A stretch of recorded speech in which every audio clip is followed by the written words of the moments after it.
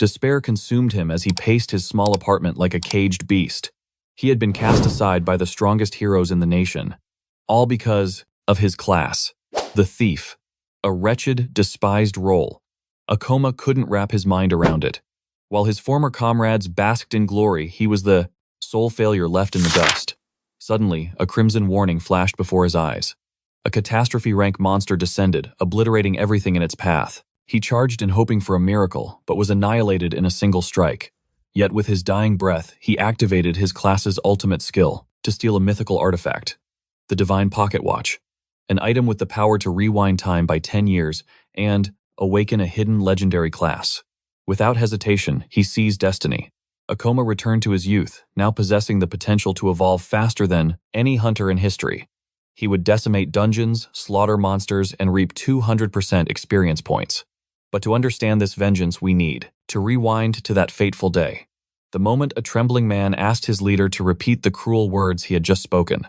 They had built that team from nothing, clawing their way up to S-rank status together. So when Akoma couldn't grasp why his world was crumbling, his companions stared him down with eyes cold as ice.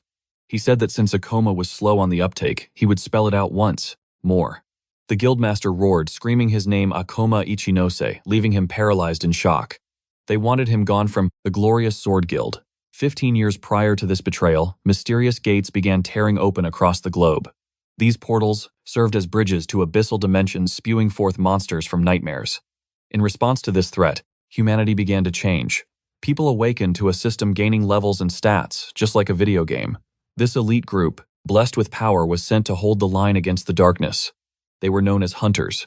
Back then, a young man sat reading ancient runes in a forgotten script. At that precise moment, he accessed his awakening interface. Hunters could choose their destiny, selecting any class. However, mages were notorious for slow casting times and complex controls, leading to a gruesome mortality rate. The boy stood at a crossroads, unsure of his path. Finally, he decided to walk the path of the thief. He prioritized speed and agility above all else, desperate to level up and gain strength quickly. Akoma watched as his stats climbed. His strategy had borne fruit. He rapidly farmed experience points, evolving into a high-ranking hunter known as the Swift Blade. But as he grew, the gates wreaked greater havoc upon the world. A magnificent, terrifying wing eclipsed the sun. A monster resembling a griffin descended from the heavens.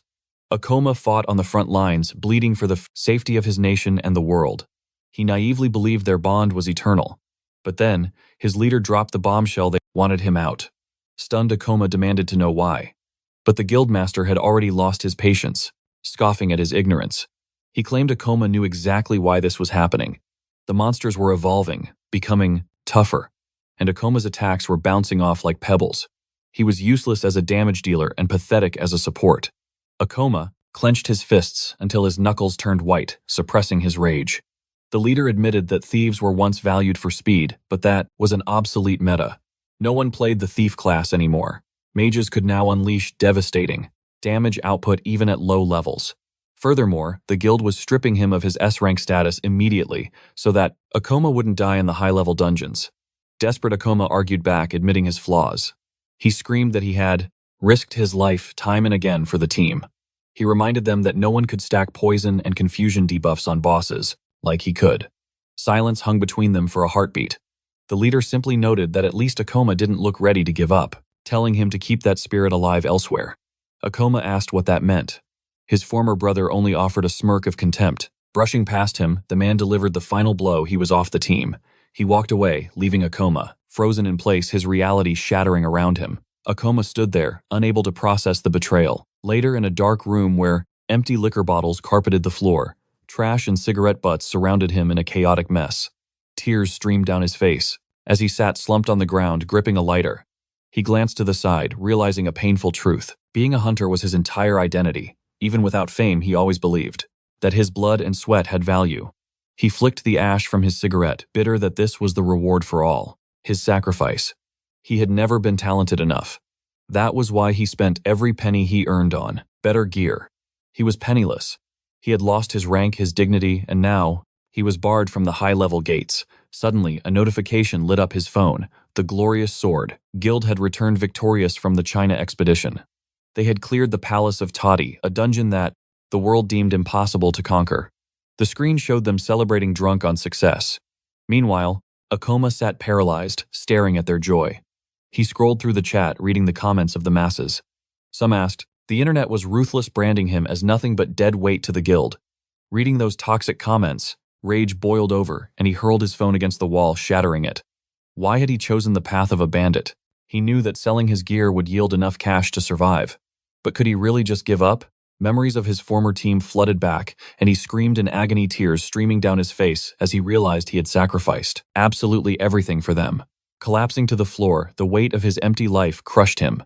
Suddenly, his broken phone buzzed with an emergency alert, freezing the blood in his veins.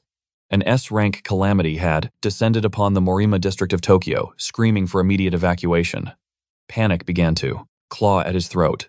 The renowned Glorious Sword Guild was overseas, and no hunter in this zone had the power to stop a catastrophe of this magnitude. He was powerless. Alone, he was nothing. But then, his gaze fell upon his equipment. Fear lingered, yet a spark of resolve ignited within him. A colossal, beast clad in scales like obsidian armor dominated the skies above. The hunter stood his ground, thankful he hadn't pawned his gear just yet. This was Kronos, the space-time dragon, a nightmare far more terrifying than the legends described. Akoma steeled his heart. At least this would be a legendary finale to his miserable career. Swallowing his fear, he declared that the final raid was about to begin. The dragon unleashed a heaven-shaking roar, levitating debris with sheer acoustic pressure. Dashing into the fray, the hunter reminded himself of his duty. Buy time for the civilians. Hold the line until the true S-rank heroes arrived. With a war cry, he leaped toward the beast. Kronos countered instantly, preparing to swat him like a fly.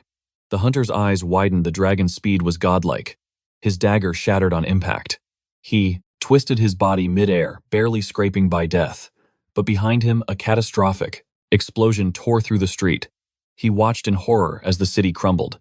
The dragon roared again, mocking the insignificant ant before it. Akoma knew one more step meant death. He drew his double-bladed scythe, the Hydra. He struck, but the blade bounced off harmlessly. 0 damage. Panic set in as the realization hit him. This monster possessed complete immunity to poison. Without warning, Kronos swiped with its razor-sharp claws. Relying on his bandit agility, Akoma evaded by a hair's breadth. But he knew this was a losing battle. Any other class would be dead by now. Only his speed kept him alive. Cornered against the rubble with no escape route, he had one card left to play. He gripped a bladed rope, spinning it with desperate momentum. Then, he lashed out. The Kleptoclaw A skill, designed to steal items from an enemy. He prayed to the gods of luck that the monster held. An item, anything that could turn the tides of destiny. His eyes flashed as the massive claws descended, straight for his head. The impact was devastating, obliterating his armor in a single blow. Broken and bleeding, the hunter let out a dry laugh. This was the end. Lying amidst the ruins, drowning in his own blood, he accepted his fate. Darkness encroached on his vision, blurring the world into shadows. After a lifetime of struggling to save others, he died alone.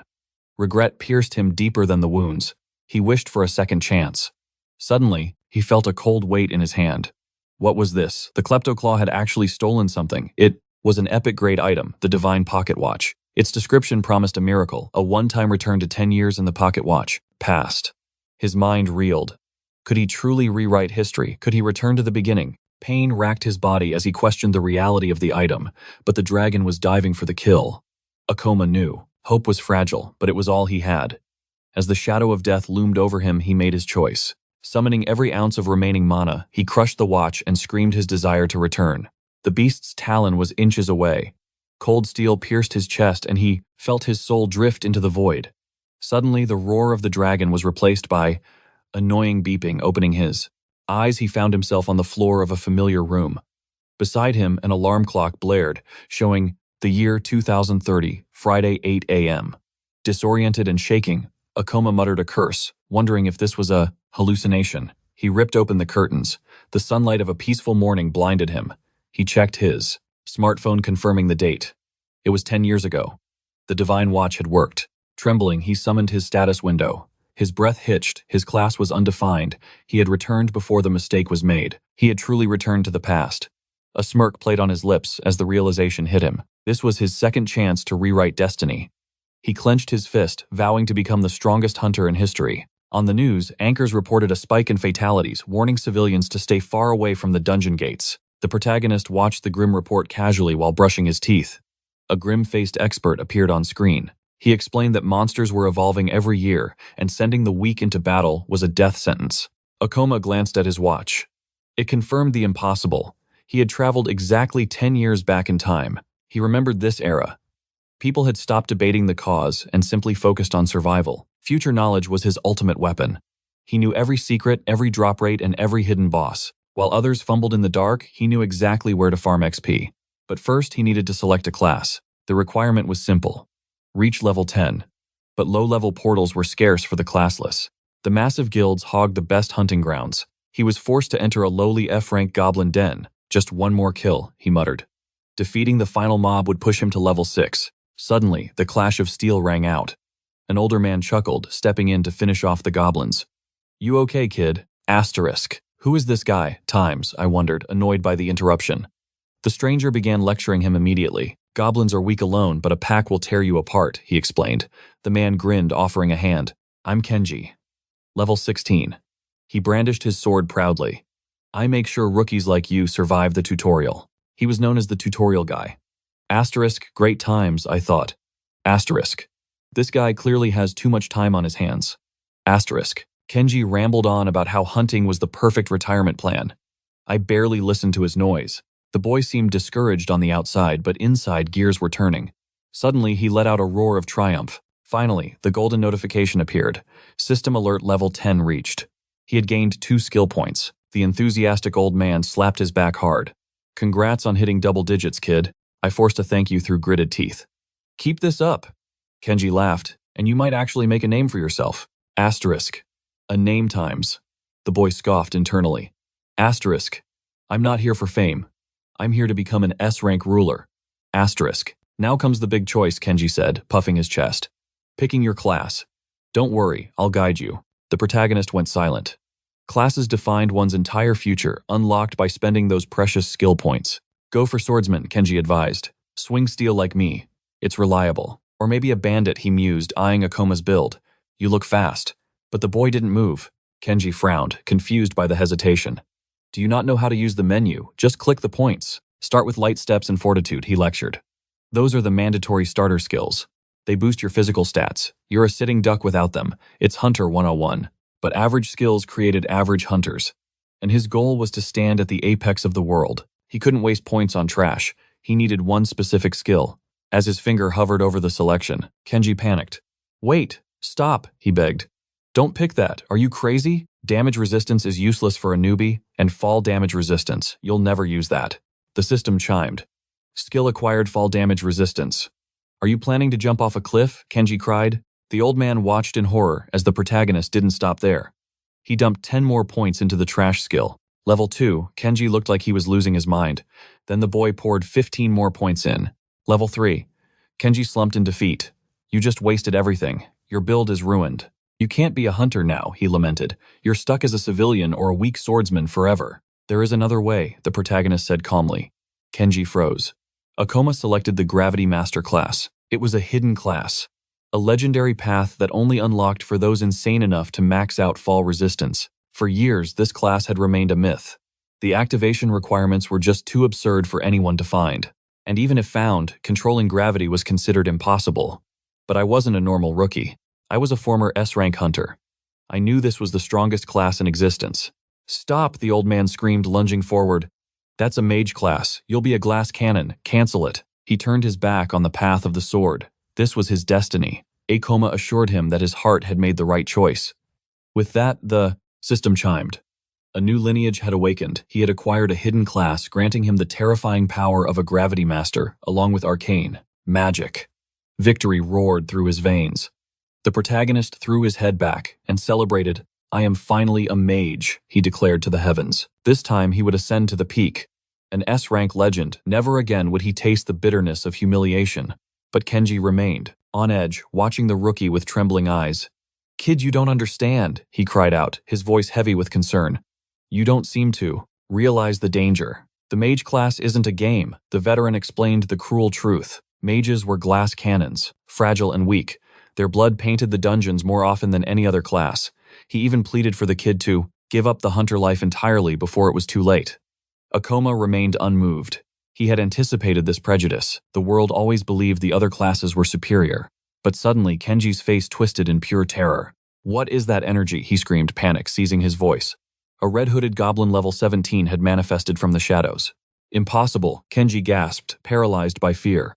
"A high-ranking monster spawned here," the beast locked onto. A female hunter, its killing intent suffocating.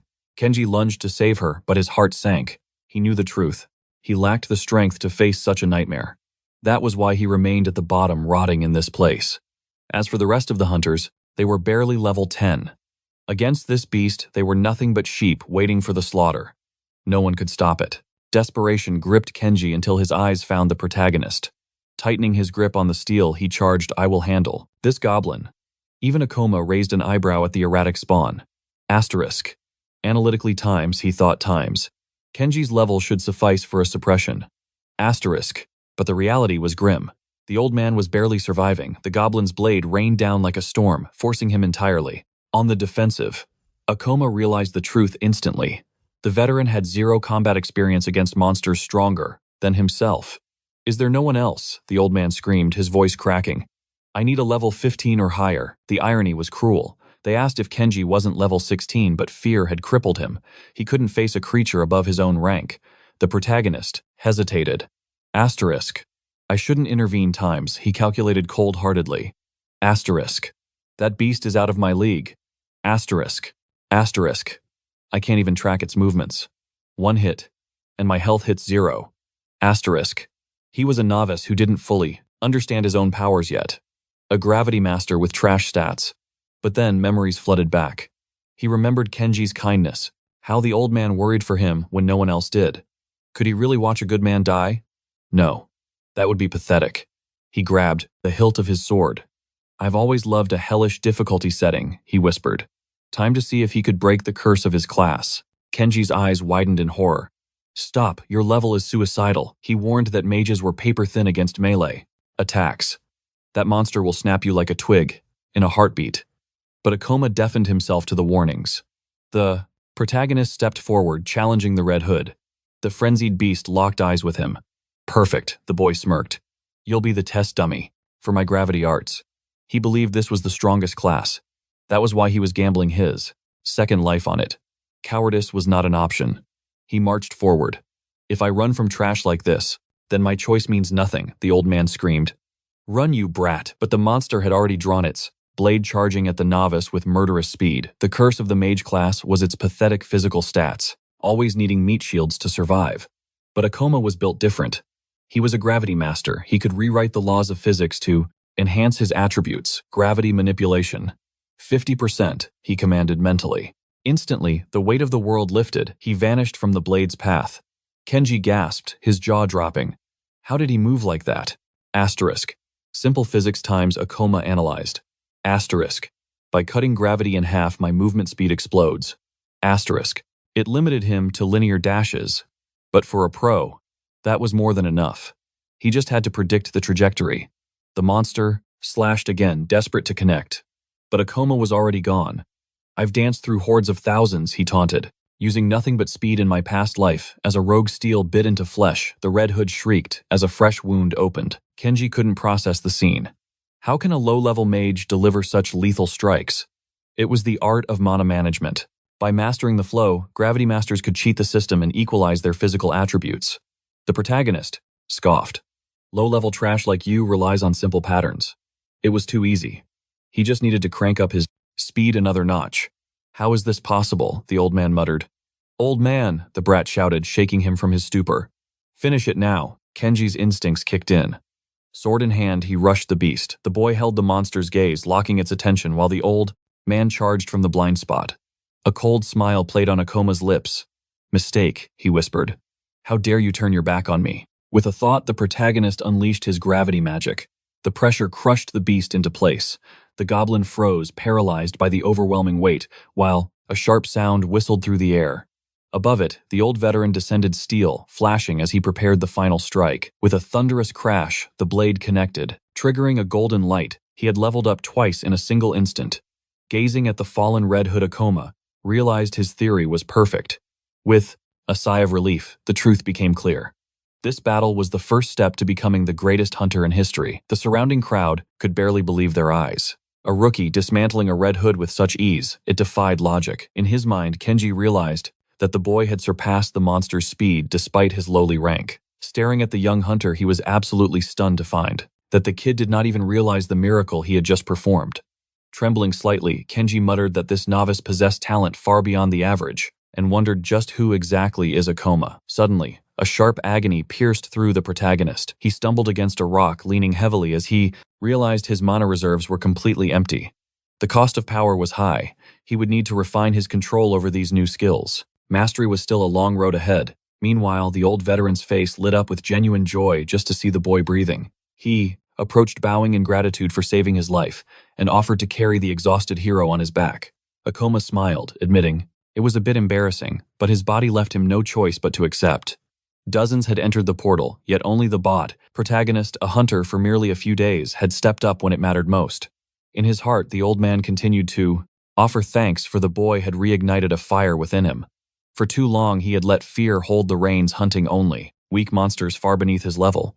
But the days of being the tutorial guy ended now. He decided to walk forward as a fast, true victor. Meanwhile, Kenji declared it an absolute honor to witness the birth of a legend. Thanking the protagonist once more, the dungeon had proven the terrifying potential of a gravity master. Now, the goal was simple: level up. However, fighting alone was inefficient and fraught with deadly risks. He needed a partner he could trust with his life. At the guild, Anne, attendant, stared blankly, claiming she had never heard of a gravity class. She looked at his stats with pity, asking if he could truly survive with such abysmal attributes. But Akoma ignored the doubt, cutting straight to the chase. Were any parties recruiting? The receptionist nodded. Yes, informing him of a specific squad that accepted members regardless of class or rank.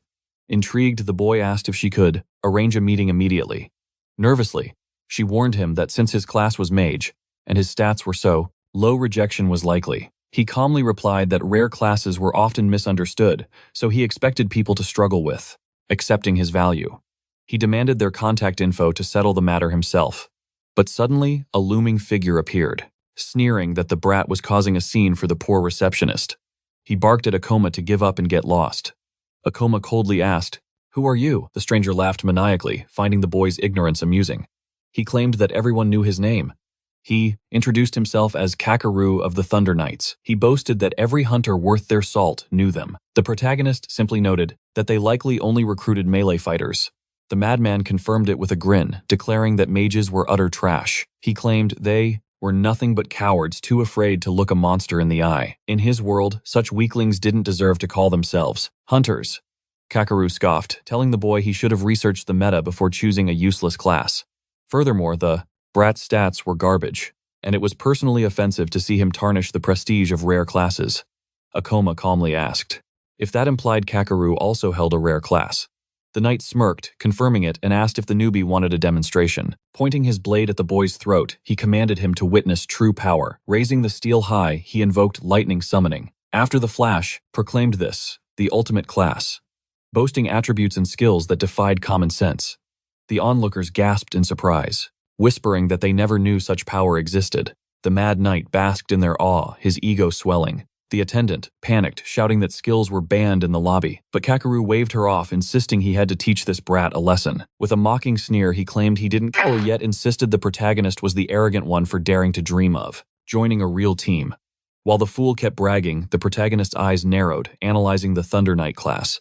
It dealt massive burst damage, yes, but the attack patterns were primitive. It was completely unsuitable for complex warfare. That arrogance would be his downfall the moment he faced a monster with high agility or lightning immunity. Meanwhile, the crowd muttered that mages were dead weight, dismissing the commotion as a desperate newbie begging to leech off a team. Others stared at Kakeru with pure envy for his Thunder class.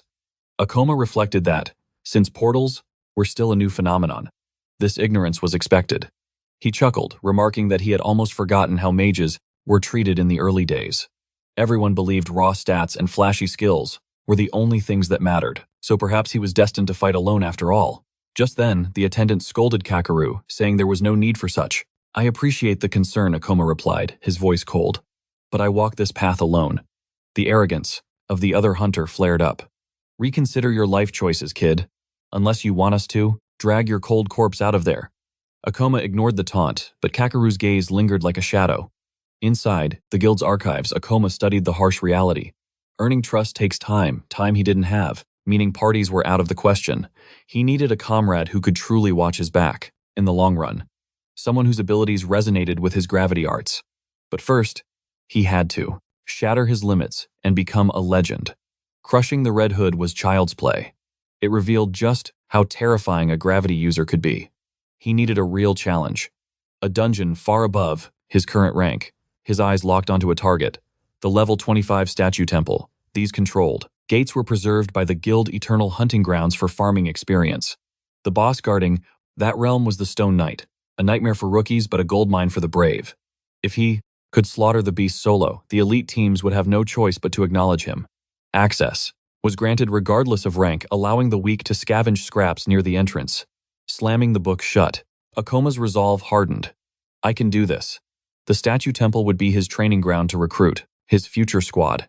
Deep within the dungeon's maw, a figure sprinted desperately down the stairs. Bleeding and broken, he cursed his fate. This makes no sense. Suddenly, his foot caught. He crashed to the stone floor, screaming, as pure terror filled his vision. Bam! A shockwave shook the room. A massive stone golem stood over him, bathed in blood. Back at the counter, the attendant gasped. A mere level 12 wants to solo the statue temple. It was madness. But Akoma remained calm. Check the rulebook. There is no law forbidding a solo entry. Trembling, she nodded slowly. I understand. But sir, this is suicide, the recommended. Rank for survival was 25. The woman pleaded, warning that dungeons were unpredictable beasts where death waits around every corner.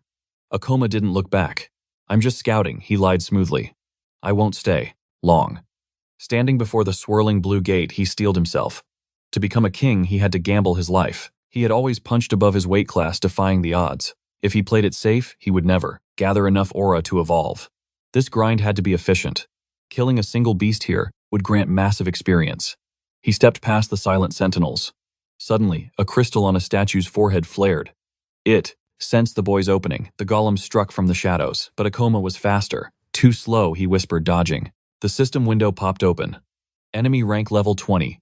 Staring down the towering construct, the protagonist smirked. I can take him.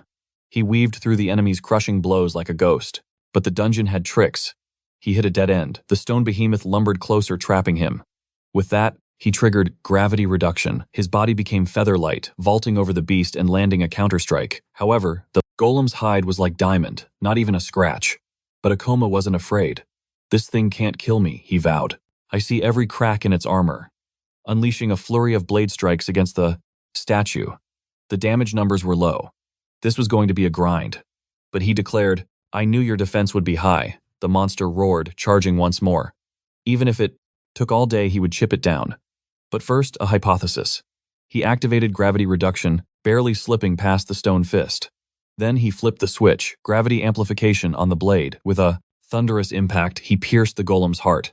Cracks spread like spiderwebs, oozing ominous red light. With that, the statue shattered into rubble. Simple physics, he muttered. Reduce mass for velocity. Then accelerate with gravity. At the moment of impact, force equals mass times acceleration. The resulting blow was devastating. Just as planned, golden light bathed him. Level up, multiple times. No point saving these, he grinned. Opening his status window, a plan formed. He stared at his skill tree. He had enough points to evolve only one ability. The choice was obvious. Gravity manipulation. He pressed confirm. The system chimed, signaling his power had evolved to level 2. Now he could dictate the gravitational force on his own body. A surge of satisfaction filled him. Directional control, he mused. I can turn the world upside down. However, none of that mattered now. His true objective lay elsewhere, the demon stones. These pulsing gems were the very hearts of the beasts, and the undeniable proof of his conquest over the Stone Knights. Yet even with the prize secured, his mana reserves were still overflowing with power. The hunt wasn't over. His gaze swept the area, locking onto fresh prey. With targets in sight, he decided to continue the grind and push his new abilities to their absolute limit. But suddenly, a bolt of lightning tore through the darkness, shattering a nearby statue into dust. The Thunder Night Guild had arrived to claim the dungeon. One of Kakeru's lackeys immediately began the praise. After all, their leader was impressive, obliterating a monster with a single casual strike. The female hunter noted that, while these golems possessed high lightning resistance, his overwhelming skills simply bypassed their defenses. Another member scoffed, finding the battle boring. He wondered if every gate under their control was this disappointingly weak. Kakeru laughed, lamenting that his leveling speed had hit a plateau. He suggested it was time to move on, to a high-rank dungeon where real monsters awaited. He crushed the burning remnants of his enemy beneath his boot. Yet for a moment, a heavy silence hung in the air. His teammate hesitantly asked if Kakeru hadn't been too cruel to the low ranker from the guild earlier, but Kakeru scoffed at the concern. Weaklings needed to learn their place in the hierarchy. Another member chimed in, claiming he had actually done the kid a favor. Better to be humiliated than to die in a dungeon. It was a harsh lesson, sure, but a necessary one. Someone had to shatter the newbie's delusions. Just as his colleague questioned his true motives, a deafening roar echoed from the depths. The sound of destruction rumbled from the next chamber. Kakeru drew his blade, wondering if another mob awaited. His scout noted that the ceiling height had increased drastically. Kakeru waved it off. So what if the monsters were slightly larger? Size meant nothing to a hunter of his caliber. But then, a colossal shadow loomed over them. The giant stone warrior emerged, and his teammates froze in terror, struggling to comprehend the behemoth before them. Kakeru, however, grinned with manic excitement. Finally, something worth killing. This was a level 30 elite. It towered over every other beast they had faced. His companion, trembling with fear, warned him that a level 30 monstrosity was out of their league. Kakeru ignored the warning. He had been bored lately, claiming that fighting trash mobs provided no thrill. The Thunder Guild was superior to ordinary hunters, and he was ready to test his might against this titan. As if accepting the challenge, the giant raised its massive weapon. The impact shook the dungeon, fracturing the very earth beneath them. His team hesitated, but Kakeru remained unfazed. There are 3 of us, he reminded them, gripping his hilt. It was big, sure, and the level was high, but in the end, it was just a heap of moving rocks. Big meant slow. Big meant stupid. But in that split second, the monster lashed out. He barely dodged sweat, instantly forming on his brow. Unnerved, the lightning user was forced to admit that its speed defied its size. Still, he launched himself into the air. He would expose its weakness and shatter it. Electricity crackled as he slammed his lightning blade into the stone hide, but the blade barely scratched it. Panic began to set in. This wasn't just about speed.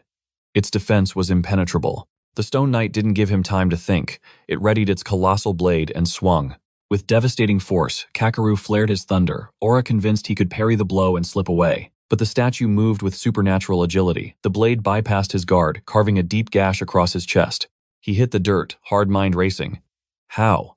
How could a mere dungeon mob possess such overwhelming power? Terror gripped him, as he realized his high-tier gear was useless. This monster existed in a realm he couldn't comprehend. His teammate screamed, warning everyone to retreat, sensing the terrifying mana density.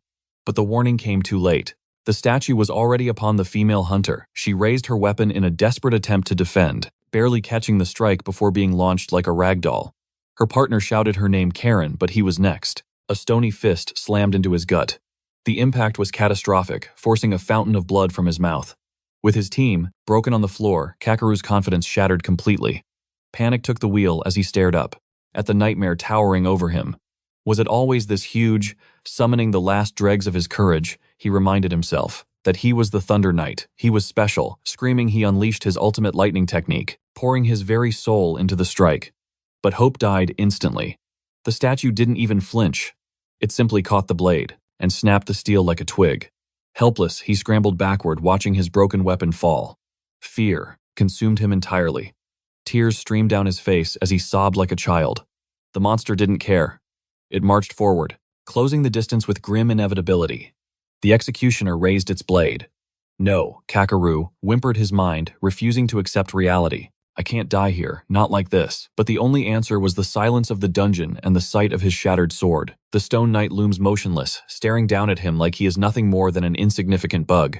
Terror grips the man's heart, and he begins to beg, wailing for salvation as he bows before the monstrosity. Suddenly, a leg wreathed in violet mana cuts through the air. The monster raises its colossal stone blade to strike, but the protagonist casts gravity reduction. Instantly, the statue freezes, paralyzed by the invisible weight. Confused, the golem scans the area, hunting for the attacker until it spots a purple aura radiating from above. Akoma lands gracefully at a distance. He realized his initial strike was just a distraction. Shocked, Kakaru asks if he is truly the mage-class rookie from the guild, but the boy responds with a stoic silence. Frustrated, the man screams, asking what he thinks he's doing, claiming it is suicide to face that beast alone. The protagonist is only level 16. He knows the hunter is right. The level gap is immense. Facing a level 30 Stone Knight, a mutant that evolved by devouring countless hunters to become an irregular. Even he has to admit the pressure is suffocating. He only wanted a light warm-up hunt before leaving, but he never expected to run into a boss-class monster of this magnitude, blocking his path. The trembling man yells at him to stop staring and run, shouting that the party was wiped out instantly. Ignoring the fallen bodies and the screams, the protagonist focuses. Gravity reduction activate. The monster mirrors his killing intent, winding up for a devastating slash that could split the earth. But Akoma is faster. He dodges the strike a mere blur as the statue shifts its stance to crush him. The moment his boots touch the dirt, he jumps again, using the momentum to defy physics. He soars above the giant, positioning himself perfectly to drive his blade into the knight's helm. Kakaru watches in disbelief. Impossible. How can a low-ranking mage move with the agility of an assassin? Akoma analyzes the battlefield. The monster is high level, but its movements are sluggish. He can outpace it. However, his fatal weakness remains. He lacks a skill with enough raw firepower to deliver a killing blow. The Stone Knight's defense is impenetrable. His current attacks are like scratching steel with a needle. Worse, his mana is draining fast. Maintaining gravity manipulation is costly. The clock is ticking. The statue prepares another heavy swing. Akoma knows this is reckless, but he has no other choice. The massive blade cleaves the air. Akoma dodges by a hair's breadth. Kakaru watches, praying for a miracle. He hoped the rookie had a plan, but standard attacks are useless. The blade bounces off harmlessly. Gravity reduction is eating through his mana reserves. He can't keep this up against such a tanky opponent. He can't drag this fight out any longer. It is time to gamble everything on one decisive strike. Another slash comes flying in. The boy evades again, triggering his double jump ability mid-air. He spins violently, generating centrifugal force, and uses gravity to pin the enemy's sword to the floor. The monster throws a massive punch. Akoma leaps, dodging the blow and landing squarely on the giant's head. Kakaru is stunned. That movement. Is that purely stats? Or is it the power of his unique class? Perched on the monster's skull, Akoma wishes he could save his level 2 manipulation for later, but he must act now. Reverse gravity activate. Instantly the world flips, and the boy stands upside down on the dungeon ceiling. He anchors his feet to the stone roof. Who knew he could apply the gravity buff to himself? While the enemy looks around in confusion, Akoma smiles. This new perspective is quite interesting. He readies his stance. From this height, he can generate the necessary kinetic energy to pierce the defense. Gravity increase. He enchants his sword, making it heavier than lead. The weight becomes a weapon, combining the heavy sword with terminal velocity acceleration. It is over. The monster cannot stop physics. Meteor fall. He descends like a divine punishment, tearing through the monster's armor instantly. The giant is bisected cleanly down the middle. Its massive form crumbles and begins to disintegrate into dust. The system pings 524 experience points. He jumps from level 16 to 23. 14 skill points acquired. The gamble paid off. He slew a monster nearly twice his level. Victory is sweet. Akoma lands, panting as a notification pops up. Fall damage resistance increased to level 3. The impact rattled his bones, but seeing those rewards, it was absolutely worth the pain. Kakaru stood frozen, his mind, unable to process the resistance he had just witnessed. His own lightning had bounced off that beast like water, yet a mere mage had crushed it. Shame burned his cheeks as he asked why the protagonist saved him, especially after his cruelty. Fear gripped him. He trembled, thinking Ikomao had only returned to exact a bloody revenge. But the tension shattered when the boy simply asked if he could stand. Kakaru blinked the unexpected kindness, catching him off guard. Laughter bubbled up from his chest. He had been a fool. He grasped the extended hand gratefully. Back at the guild, the receptionist's eyes went wide. A level 30 Stone Knight. Disbelief colored her voice. Did this rookie truly slay such a calamitous beast alone? Impossible, she insisted. He was a novice solo player. It defied all logic. Without a word, he dropped the demon stone on the counter. The heavy thud was his answer. She gasped. A core of this magnitude could only come from a high-level tyrant. She had to accept it. She offered 200,000 yen, trembling at the value. But the protagonist refused the cash. This stone was his badge of honor, his proof of power. Suddenly, a voice cut through the hall. Kakaru had tracked him down to offer thanks. But he brought more than gratitude. With open arms, he offered a seat at the table of the Thunder Knights. The guild fell silent. The rising elites were recruiting a rookie. It was unheard of. Whispers spread like wildfire. They gazed at the core in his hand, realizing his true worth. Kakeru beamed, calling it a stroke of destiny. Few ever received such a golden ticket, but Ikumao's expression remained cool. I must decline, he said, shattering the mood. The smile vanished from Kakeru's face. Decline. He couldn't believe his ears. The protagonist admitted he sought a team once, but his path had changed. He turned his back on the elite offer, leaving the lightning mage stunned in his wake. In his mind, the path was clear. If he continued this solo grind, the peak was within reach. The theater of maniacal dreams was opening soon, a dungeon holding a legendary artifact. Guided by his past life's memories, he vowed to be the first to conquer it. Later, he dumped a mountain of loot on the counter. The receptionist stared, terrified. How was he slaughtering armies on his own? He ignored her shock and demanded one thing: promote me to rank D. Only those of that rank could enter the disaster class portals. She shook her head. You need level 25. It was an absolute rule. A smirk played on his lips as he opened his status window. No problem. I am level 26. The woman nearly fainted. A solo mage climbing the ranks at such a monstrous speed. It defied common sense. Suspicion clouded her eyes. How was this possible? She wondered, trembling, if gravity masters were truly this broken. Finally, the promotion was his. With 10 years of experience and a god-tier class, he was unstoppable. Yet leveling too fast was a double-edged sword that attracted prey. But time was a luxury he didn't have. Rank D unlocked the gates he desperately needed. It was the key to entering the dungeon where the unique weapon awaited its master. In the original timeline, that weapon created a mass murderer. A demon in human skin. He clenched his fist. He would not let history repeat itself. That power would be his. But for this raid, he needed a pawn. Or perhaps a partner. A large team was a liability, a chaotic mess waiting to happen. He needed just one person. Someone cautious, someone skilled. His mind raced through the possibilities. Who could withstand the gravity of his power? He needed a lone wolf like himself, someone who understood the dance of death. The protagonist hesitated, wondering if his standards were simply too high. Perhaps he was chasing a ghost, but time was running out. To find a partner, he would have to scour every single guild in the district. Hours bled away.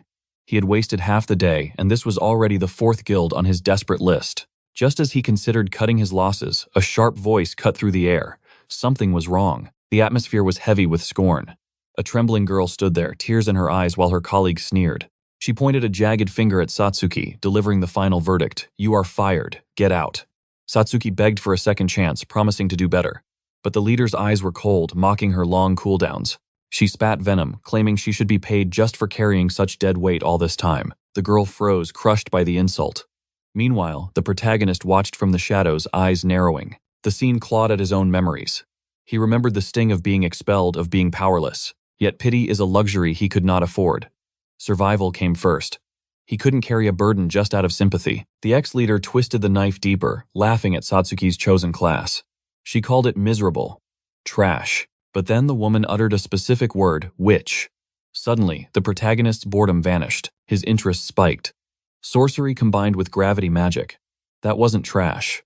That was a god-tier synergy. Against the boss of the theater dungeon, she wouldn't just be useful, she would be a weapon of mass destruction. The gears in his mind turned. He stepped out of the shadows, startling the girl. He introduced himself smoothly as a D-rank hunter seeking a party. A wolf in sheep's clothing. The toxic leader's attitude flipped instantly. Seeing his license, she smiled, trying to seduce him into her group. She offered him a spot. But he ignored her completely, turning his gaze to Satsuki. Do you want to join me? The room went silent. Satsuki blinked in disbelief, while her tormentor stood there, mouth agape in confusion. Ikoma smiled internally. This wasn't charity. This witch was exactly the missing piece of the puzzle he needed. Desperate, the other woman hissed, begging him not to waste his talent on such garbage. Join us instead. Satsuki looked down, ashamed. She whispered that she was only an E-rank hunter, not even level 20 yet. He gently took her hand, silencing her doubts. Levels are just numbers, he assured her. I need your power. She pulled back, terrified of being a burden again. My class is useless, she stammered. I'll only drag you down. But Ikoma was relentless. He promised he could help her. Don't give up on yourself, he urged. She tried to quit, to run away. But he begged for a chance, swearing he would help her forge a new confidence. Moved by his conviction, Satsuki bowed deeply. If you'll have me, I would be honored to join your party. The ex-leader scoffed, shouting that he was a fool. You picked the trash. You'll regret this. The boy offered a cold, knowing smile. Thanks for the advice. As he walked past, he dropped a final truth bomb. I know the meta of this world better than anyone. And right behind him walked a diamond in the rough. A witch covered the blind spots of a gravity master perfectly. In the theater, she was as lethal as any legendary weapon. The scene shifted. Time had passed, and they stood in a desolate location far from prying eyes. He thanked her for following him. Satsuki still mumbled about witches being weak, but he shook his head. I am a mage class too, he revealed. You feel weak now, but witches are late bloomers. You will become a legend. She looked at him with wide eyes. Do you really believe that? He nodded. But first, they had work to do. He pointed to the swirling gate ahead. As he explained the details, the color drained from her face. This wasn't a controlled zone. It was a hidden dungeon that hadn't fully spawned yet. Recommended level 30 plus. Level 30, she shrieked. Her heart pounded. This was an uncharted portal, a death trap for novices. Uncharted meant unknown. No maps, no guides, just pure unfiltered chaos waiting to consume them. Panic seized her. She was only level 17. I can't do this, she cried. My class is terrible. Relax, Ikoma said, his voice steady as a mountain. You won't get a scratch. I will handle the fighting. In his past life, he had memorized every pixel of these records. He had the ultimate walkthrough in his head. We will crush this dungeon, he declared. The girl just needed to have faith in his strength. Guilt tugged at him for dragging her into danger, but he pushed it aside. He would protect his secret weapon at all costs. He held the secret of a gate that hadn't even spawned yet. Akoma claimed he couldn't divulge the full truth, but to summarize, it was all thanks to a clairvoyance item. She refused to believe it. How could a mere object predict a calamity so far in advance? But then the air was shattered by a mass notification. Nervously, she checked her screen, her heart pounding. The protagonist remained calm. The entire network was buzzing about the portal. Alert. Specifically the one manifesting in the Sikyo district. Satsuki gasped, asking if this was the very gate he predicted. But the protagonist was already planning the raid for tomorrow. He explained that ordinary hunters wouldn't be able to clear this dungeon for at least a week. But the one who slays the boss monster, they would claim a legendary reward. Time skipped forward. They were already scanning the coordinates for the rift. The girl asked if Akoma was certain. Suddenly they realized the portal bureau had already established a perimeter. An officer intercepted them, demanding their credentials. She demanded they surrender any intel on the dungeon's layout or the monster's hidden traits. However, she warned them. Grimly, survival was paramount. Uncharted gates were graveyards for the unprepared. They promised to cooperate, a necessary lie to gain entry. Satsuki whispered, asking why he hid their true objective. But Akoma knew the bureau would have barred their path. Crossing the event horizon, he warned her this dimension was unlike any other. He glanced back. Are you trembling? She stammered a yes. The protagonist felt a pang of guilt for dragging her into the abyss. But his gaze was steel. He vowed to slaughter every beast himself. If the pressure became too crushing, they would extract immediately. Terrified of being left behind like before, Satsuki steeled her resolve. She offered herself as a sacrificial pawn, mere bait for the beasts. But Akoma rejected her madness. That won't be necessary, he commanded. Just focus on your magic. The girl lamented her lack of offensive power. He asked about a specific belty, spell mana drain. It siphons energy from the target. A game changer for prolonged battles against intraday, elite monsters. Since she could channel that stolen mana to a teammate, she became the ultimate battery for a gravity user. With her support, the protagonist would possess infinite fuel for his devastating arts.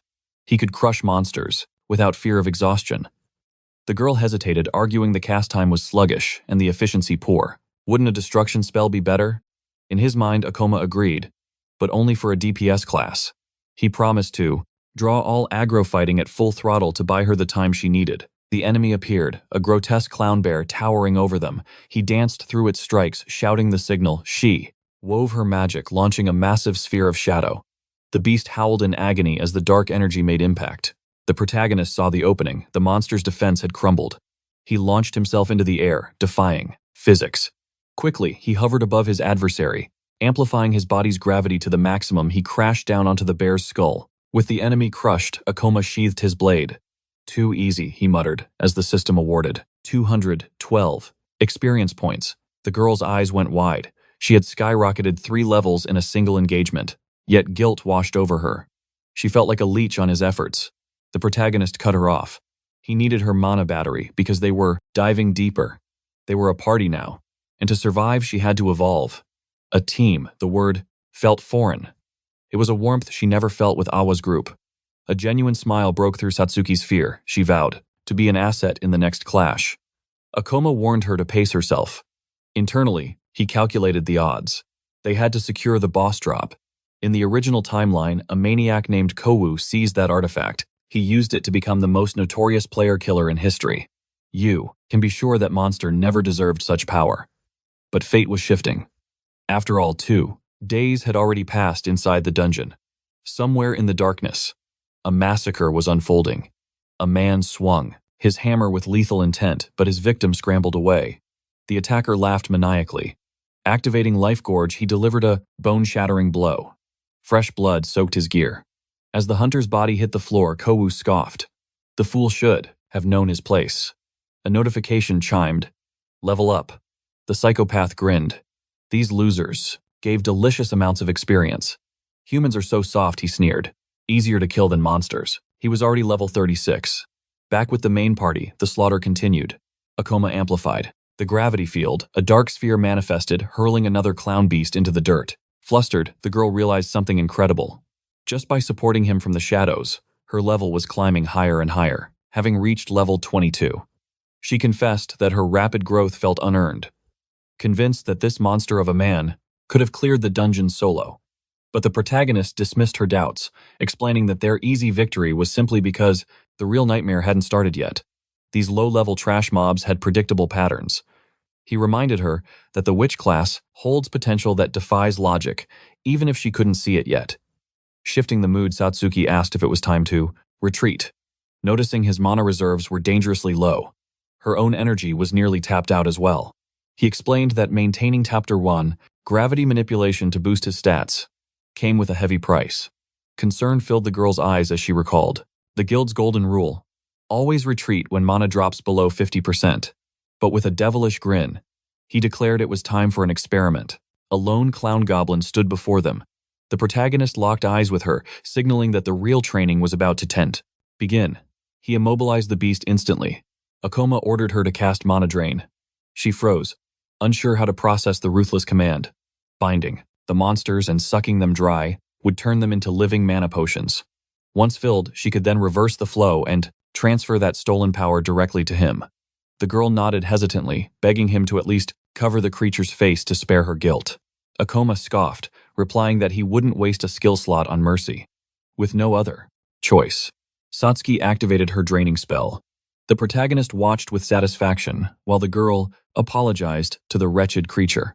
It lay broken on the floor, defeated not by combat, but by exploitation.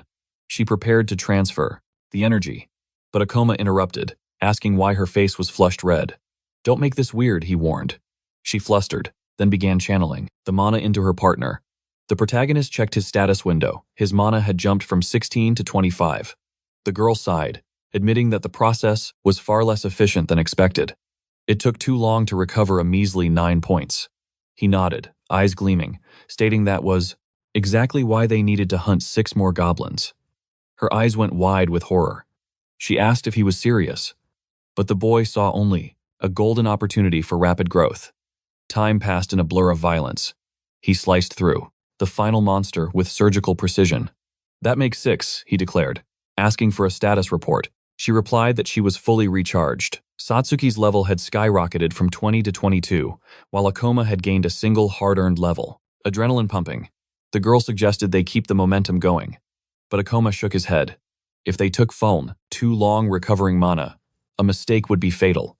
He possessed the stamina to fight forever, ensuring defeat was not an option. Satsuki opened her system interface, marveling at how many levels she had gained in a single day. She realized this was a different world, compared to the safe, sanitized expeditions, where the Plus Guild coddled them, forbidding fights with higher-level threats. The protagonist listened in silence, his expression unreadable. He stood up, his presence commanding. The Guild preaches safety, he admitted, but true power, one rarely gets. Stronger without staring death in the face, and taking skills from the corpses of high-level monsters. She stared at him, captivated by his philosophy. A new fire of determination lit up her eyes. Deeper into the dungeon, they arrived at what looked like a twisted cathedral. Satsuki's voice trembled as she asked if they were clearing the dungeon. Suddenly he halted. We're here. Before a massive ominous gate, Akoma announced the boss lay waiting, the theater of maniacal dreams. He reached for the handle with a confident smirk. They had reached the end in just 2 days, a speedrun record. The eradication ministry never saw coming. Fear gripped the girl. She stammered, realizing he truly intended to hunt the boss monster. Facing the behemoth, Akoma fell silent, analyzing every detail. But beneath his calm exterior, desire burned. Defeating this boss was the key to reclaiming a legendary item from his past life. He declared that it ends now, ordering her to follow the strategy perfectly. Satsuki steeled herself, just as a dark silhouette emerged from the shadows behind them. Karu had been stalking them. The giant clown boss began to weave hand signs, its laughter echoing like madness. The protagonist signaled his partner. Instantly, both bolted in, parallel directions toward the beast. He would draw the aggro, making the boss chase him, while Satsuki held her position at a safe range. Boss monsters were essentially damage sponges. With insane regeneration, a head-on clash was suicide. They needed to use underhanded tactics. The boss conjured a crest, sphere of blinding light, hurling it at Akoma. He triggered gravity reduction instantly, gauging the distance and dodging with, quote, barely a meter to spare. On the flank, the girl initiated her sequence. She cast Mana Drain. The spell latched onto the boss from behind, but the monster's instincts were sharp, as soon as them. As the drain began, it spun around, paralyzing Satsuki with a single glare. The protagonist screamed in desperation, realizing the plan had shattered. He screamed for her to retreat to the safety of the center. His voice cut through the chaos, warning of the boss's ultimate technique. Once the sequence began, the spatial shift could not be stopped. Suddenly, the jester's eye flared with a sinister crimson light. Satsuki froze as a shadow eclipsed her. The Reaper was already standing right behind her. The creature's jaw unhinged, birthing a massive sphere of hellfire. It launched the annihilation spell directly at her defenseless back. But Akoma was faster than fate itself. "I'm still standing," he roared, intercepting the blow. The monster cackled, its laughter echoing like madness. In a flash of steel, Akoma nullified the flames completely. Satsuki watched in awe. The speed of the exchange was beyond human comprehension. Create distance, the protagonist commanded, vaulting onto the giant clown's shoulders. He needed space to maneuver. But the boss's eye flashed again. It locked onto its prey, warping space to materialize instantly in front of the boy. 2 teleports in a row, Akoma gritted his teeth. The cooldown had reset instantly. This was bad. The giant hand raised to crush him. "Look out!" The girl screamed, her heart in her throat. But the hunter had a trick up his sleeve. Gravity reversal. The world flipped upside down. A massive shockwave blasted outward as the laws of physics shattered. The monster paused, its primitive brain unable to process the situation. The protagonist hung casually in midair, defying gravity itself. But the ominous glow returned to the boss's eye for a third time. "Touchy, aren't we?" Akoma scoffed. "Harder than expected, but you're dancing in the palm of my hand." Satsuki remembered their strategy meeting. She had doubted him, then asking why they wouldn't just rush the boss. He had explained that the creature's casting speed was god tier. A slow approach meant certain death by incineration. However, if they kited it from a distance, it would be forced to spam its teleportation to close the gap. And that monster had a fatal flaw in its design. Back in the heat of battle, Satsuki activated her Mana Drain skill. The clown snapped its gaze toward her. Its eyes widened. It saw an opening. "He can't save you now." The pressure seemed to say, terrifying the girl. Now, the protagonist projected the thought. The trap is sprung. The boss extended its palm to obliterate her. Satsuki squeezed her eyes shut, bracing for the end. But the explosion never came. The magic fizzled out into nothingness. Akoma landed with a smirk. Empty. The beast was completely dry. Teleportation and hellfire consumed insane amounts of mana. And without its fuel, the dungeon boss was just a giant helpless puppet. The creature turned to flee in panic. "Oh no, you don't!" Akoma launched himself into the air, activating Meteor Fall. He crashed down onto the boss's skull with the weight of a mountain. "You can't run without mana," he taunted. It was checkmate. Satsuki seized the moment, hurling a sphere of concentrated darkness. The magic struck true, and the monster shrieked in agony. The protagonist maximized the gravity field, crushing the beast into the floor. With a final wet crunch, the portal boss was silenced. A system notification flashed. Victory. 1,043 experience points gained. Level up. He had reached level 30. Satsuki beamed the adrenaline, crashing into relief. "We did it. What's the next move?" "The dungeon is collapsing," Akoma noted calmly. "We need to exit, and if we get stuck," she asked, a hint of fear returning. Relax, he assured her. The gate stays stable for half a day after the boss falls. We have plenty of time. His confidence was infectious. She blushed, realizing she should have known that basic rule. Suddenly, a golden aura erupted from the clown's corpse. Wait. Satsuki gasped. Finally, the boy whispered, his eyes gleaming. Floating above the remains was the jackpot, the clown's dagger. For a gravity master, he explained, this isn't just a weapon. It's a game-breaking cheat code. A satisfied smile played on his lips. It was easier than the simulations. Is that the gear you were hunting for? The girl asked. She inspected the stats. Attack plus 11. Passive, reduced skill activation time and mana cost. It looks decent. Satsuki hesitated. To the untrained eye, the numbers seemed average. But Ikoma shook his head. Don't look at the damage, he corrected. Look at the synergy. The raw stats are just the icing on the cake. For a class that burns mana like water, this effect is god tier. It amplifies my entire build. A gravity master was a glass cannon vulnerable during cooldowns and mana recharge. This dagger eliminated that weakness entirely. It turns me into a perpetual motion machine, he said.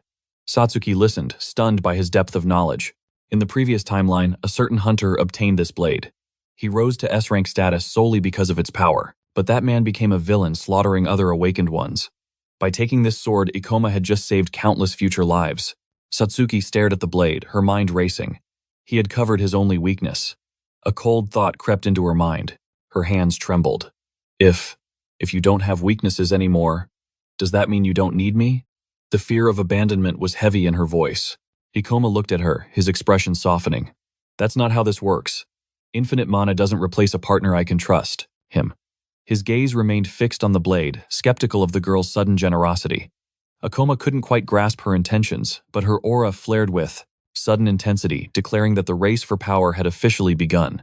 He realized that after grinding those last few levels, his status window was demanding attention. Since his goal was the absolute peak, he decided to dump everything into the exclusive Gravity Master skill tree. Though a shadow of hesitation remained, his finger hovered over the interface. Finally, resolve hardened in his eyes. It was time to evolve. He pushed his gravitational magic to level 2. As the system notifications chimed, indicating his manipulation had reached level 3, a new window popped up before the protagonist's eyes. A new ultimate ability, the supergravity bullet. He realized he had been overly dependent on basic manipulation. But this new artifact changed the entire meta. Magic surged through him. A grin spread across the protagonist's face. He was itching to test his new arsenal. But suddenly, a chilling presence emerged from the shadows. A voice dripped with sarcasm, noting their tardiness. The stranger Karu observed that the boy had already cleared the dungeon boss. A wicked glint flashed in the man's eyes as he assessed Ikoma's strength. Cold sweat began to form on the Reshode, protagonist's brow. This was the worst possible timing. He instantly recognized the stealth technique. This vulture had been using concealment to watch the entire raid. He was farming information, likely waiting for the boss to wipe them out so he could loot their corpses. Ikoma silently cursed, recalling how common this scum was in his previous life. He demanded the stranger's identity while analyzing his equipment with a sharp gaze. Then it clicked. The face was hauntingly familiar. This was Ku, the man who stole the blade in the original timeline, evolving into a legendary murderer who turned fellow hunters into mere cattle. Ikoma's mind raced. This didn't make sense. In the past timeline, it took this monster much longer to reach this dungeon. Shock paralyzed the protagonist for a second. Why was this psychopath here so early? Then the realization hit him. The assassin hadn't just arrived. He had been camping in the boss chamber the entire time, waiting to steal the drop. Koru was a classic hyena, waiting for the victorious hunter to exhaust their stamina before striking the killing blow. Satsuki, sensing the tension, asked what was wrong. The intruder's greedy eyes locked onto the sword, asking if that was the legendary loot, mocking them for doing the heavy lifting. He casually asked to inspect the item. The protagonist played along, extending his hand, but his mind was sharpening like a blade. The assassin sneered internally, labeling him a fool.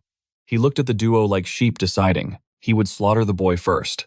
The girl, he would toy with her until he grew bored. As he closed the distance between with her four, tell them the psychopath feigned concern, warning them to be careful.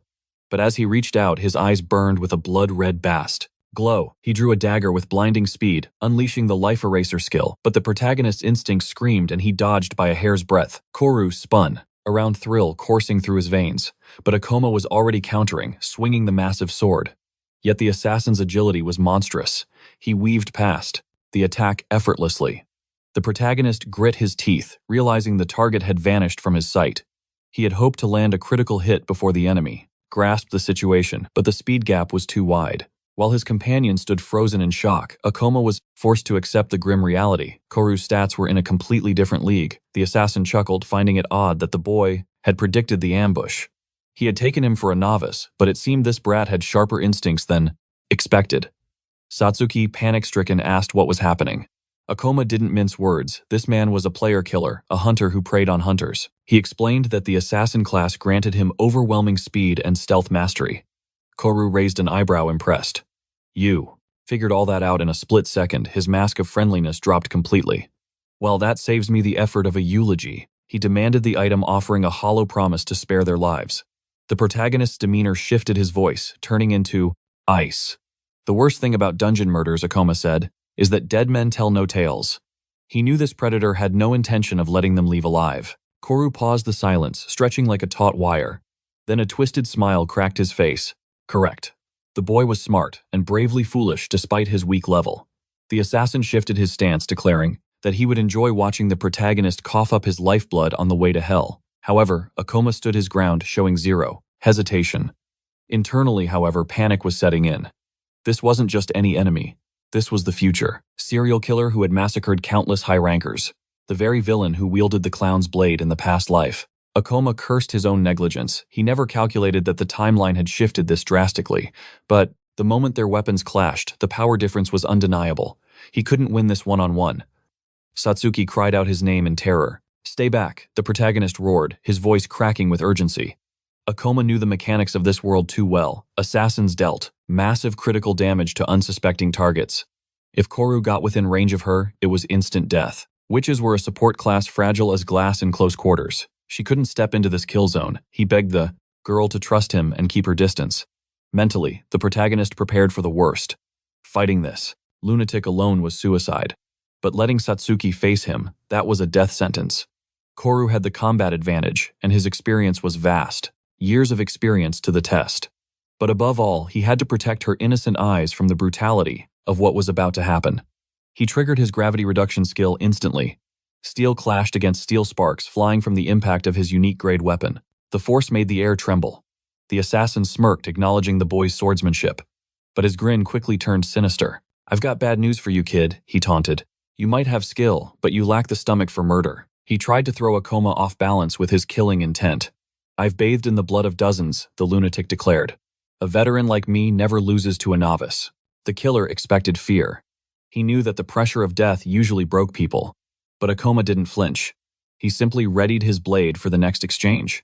Most crumble under the weight, the killer hissed, dodging a strike. But a cold sweat began to form on his brow. The boy's blade sliced the air, missing him by a mere millimeter. That was when the horrifying truth hit him. This kid wasn't freezing up. In fact, he was reacting to every move with terrifying precision. This is insane, Kawaru thought, his mind racing. How is a low-level brat pushing me into a corner like this? Meanwhile, Satsuki watched her heart pounding in her chest. She realized her partner wasn't just a strategist. He was a monster in close-quarters combat. Internally, Akoma thanked his luck for finding that blade. It drastically reduced his skill activation delay. Now he could toggle between high and low gravity in the blink of an eye. Without it, he would have been overwhelmed by the enemy's speed, and his mana reserves would have run dry long ago. Suddenly, the assassin roared. Playtime is over. He puffed up his cheeks, gathering dark energy within to show his true power. A cloud of dark red venom erupted from his mouth. It was a lethal poison mist. But Akoma's senses were already screaming a warning. With godlike reflexes, he deflected the toxic projectile with his sword. The assassin's eyes bulged in disbelief. Impossible, he gasped. But before he could recover, he saw the Reaper heading his way. He panicked and fired a hidden needle, but Akoma anticipated it, blocking the steel easily. A line of red appeared on the killer's cheek. Fury exploded in his eyes. You lucky little rat, he screamed.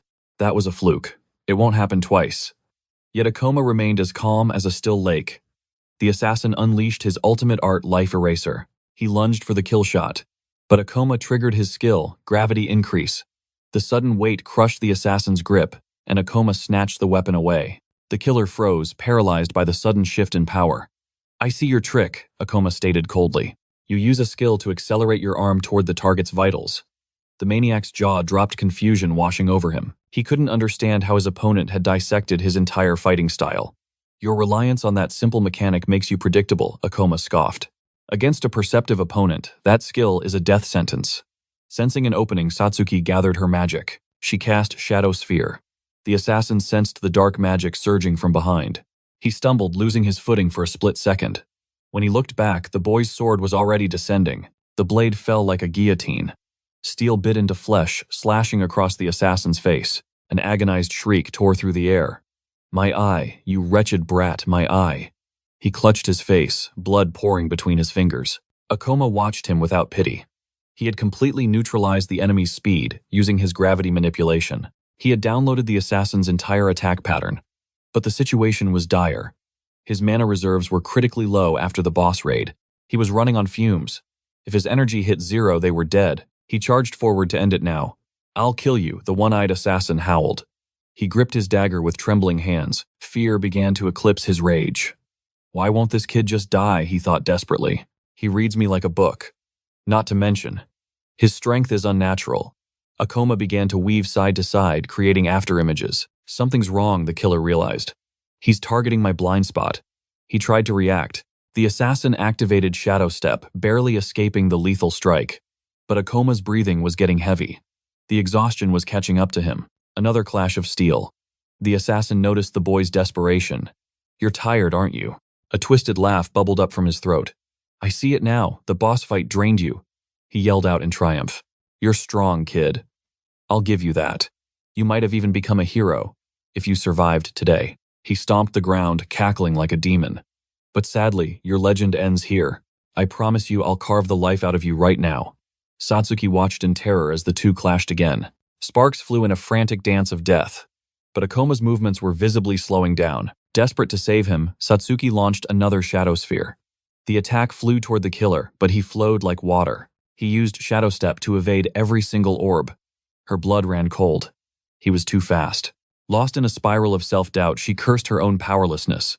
She could only watch in horror as her companion waged a lonely war. Against a monster far stronger than them both, she realized with a sinking heart that despite Akoma's early lead, the tide of battle was turning. The pressure was crushing him. The lunatic howled with laughter, screaming his absolute ecstasy.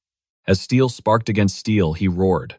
"It is a rare gift to find an enemy who walks the razor's edge between life and death with me." He demanded they savor the thrill, to enjoy this bloodbath while it lasted. Akoma lashed out with a lethal slash, but the psychopath danced away, dodging effortlessly. Anxiety began to gnaw at our hero's focus. Using the massive momentum of his greatsword, he pivoted, launching a devastating kick, a solid impact to the jaw. But instead of falling, the enemy's rage only flared brighter as he leaped back. Karu sneered, noting the boy's endless arsenal of tricks. In the recesses of his mind, Akoma calculated his next move. Gravity reduction skill activate. Making his body light as a feather, he unleashed acrobatic maneuvers, raining down attacks. Thanks to this divine agility, he was nearly untouchable. However, the predator had noticed a fatal flaw the boy was, rapidly draining his mana. Maniacal laughter echoed through the battlefield. The villain analyzed the situation cold-bloodedly. Akoma was burning active skills to boost his stats, but his tank was running on fumes. The moment that buff flickered out, that would be his death sentence. The assassin taunted him, declaring the hero's time was finally up. He unleashed a storm of relentless strikes from every angle. Amidst the chaos, Akoma felt the dreaded sensation his mana was completely empty. This would be the final clash. The boy launched himself skyward, shocking Karu with his impossible movement. Looking up, the assassin questioned if this was another skill. But he scoffed, realizing that being airborne meant he was a sitting duck. Yet the protagonist had one card left to play, one chance to reverse the polarity and increase gravity. He had to bet his life on this single moment. White-knuckling his hilt, he poured every drop of his remaining mana into the blade. Meteor fall. The force crushed his opponent toward the earth, straining against the godlike pressure. Karu gasped, questioning this monstrous power. He realized with horror that no matter how much strength he mustered, he couldn't repel the strike. His defense shattered. The blade sliced through, carving a deep, bloody gash across his chest. The protagonist gasped for air, his vision blurring as the system notified him mana zero. Satsuki rushed toward him, screaming his name. Tears of joy streamed down her face. He had won. but he only whispered a weak apology before collapsing. "I'm sorry, Satsuki." But the nightmare wasn't over. Behind him, a bloodied Karu staggered to his feet. Cursing vilely, the assassin sneered that the Eftian brat was finally dry. Pinned to the ground by exhaustion, Akoma begged her to flee. Summoning his last ounce of will, he promised the enemy couldn't chase her now, but she had to run, immediately. Even the killer had to admit this kid was a monster. To fight like this after clearing a boss, unbelievable. He had pushed past his limits solely to keep the wolf away from the sheep. Satsuki stood frozen, shook to her core. The lunatic scoffed, unable to fathom why a warrior like Akoma would risk death for such a pathetic burden, admitting he was actually starting to admire him. The protagonist's blood boiled at the killer's words, but the man continued, impressed that Akoma still refused to give his name. But Satsuki didn't hear the insults. She was drowning in guilt. Was she just an anchor dragging him to the abyss? Tears blurred her vision. Maybe the others were right. She should have quit being a hunter long ago. If not for her, Akoma would have crushed a cockroach like this instantly. Memories of his protection flooded back, and her soul screamed for strength. Then, a snap. Something primal shifted within her. The innocent look vanished, replaced by a chilling aura that warped the air itself. Akoma spat, declaring he would never grant his name to a worm like Karu. Ashamed, the killer sighed. "I really do like you, boy." He declared that Akoma was the first soul worthy of his respect. "I'll etch your face into my memory." He raised his dagger for the execution. Boom. Satsuki summoned a sphere of shadow, but this energy was volatile. Even the assassin felt the hairs on his neck stand up. He weaved to the side, mocking her aim. Too slow. But agony suddenly exploded in his side. Satsuki had slammed him with her staff. The killer cursed her existence. His wounds were slowing him down, and she had struck perfectly from his blind spot. She didn't hesitate, rushing to Akoma's side. "What are you doing?" he rasped. "I told you to run." Her hands glowed with magic. "I'm done running," she declared, her voice steel. He had taught her that she had the power to change. Fate. Mana transfer. She poured her own life force into him, restoring his vitality. Witnessing the surge of golden energy, the assassin was baffled, but instinct screamed, "Danger." "I'll kill you first, witch," he roared. In a blur, he activated his ultimate art. Life eraser. Akoma stared death in the face, but Satsuki stood firm, showing no fear, only a terrifying, cold indifference filled his gaze. He thanked her for the save, but now he was the one standing tall, effortlessly blocking the enemies. Assault. Mana began to surge back into Akoma's circuits. Kou's eyes widened in sheer disbelief. How could he have already recovered enough energy to cast that ability again? The killer stammered that this defied all limits, but the protagonist simply scoffed. They were a team, long before this ambush even began. Moreover, his mana was fully restored while Kou stood there broken and bleeding. With a cold smirk, Akoma declared it was time to see who the real victor was. In a flash, he launched his counteroffensive. The madman panicked, scrambling to dodge like a cornered rat. But Akoma gave no openings, his speed and strength escalating to terrifying levels. "It is not over yet," the guy shrieked, channeling dark magic into a sinister red circle. Satsuki braced for impact, but Akoma's voice cut through the chaos. "Stay still." And to everyone's shock, he unleashed his signature, gravitational magic, mocking his foe. "Your casting is too slow. In my past life, you needed the clown's blade just to compensate for such clumsy delays." Realizing the massive gap in their power, Kou knew this was his end. A void of pure darkness, extremely similar to a black hole, rushed toward him, consuming everything. The impact struck him, head on. As he crumbled, Kou cursed his fate, defeated by a mere low-level novice. Akoma stood over him, weapon in hand, while his enemy lay amidst the rubble. In this chaotic world, the government still lacked laws for portal incidents. The Ministry of Monster Eradication turned a blind eye, following an unspoken rule. What happens in the dungeon stays in the dungeon. But since Satsuki was a witness, Akoma had to play by the book.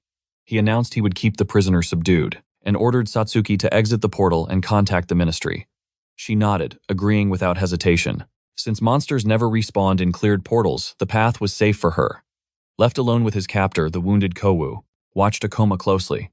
His breath was ragged as he admitted his fatal mistake. He had underestimated the boy because of his low level. But this fighting style, it was the experience of a war veteran. Just who was this kid? Later, Akoma and Satsuki sat in a bustling cafe decompressing. Suddenly, breaking news flashed on his phone. The serial hunter killer was officially in custody. He glanced at the screen, knowing the ministry had successfully retrieved Kou. Satsuki noted that the agents had barely asked any questions. Akoma explained the dark reality. Crimes inside portals are nearly impossible to prove, so the ministry rarely investigates unless they have a guaranteed culprit.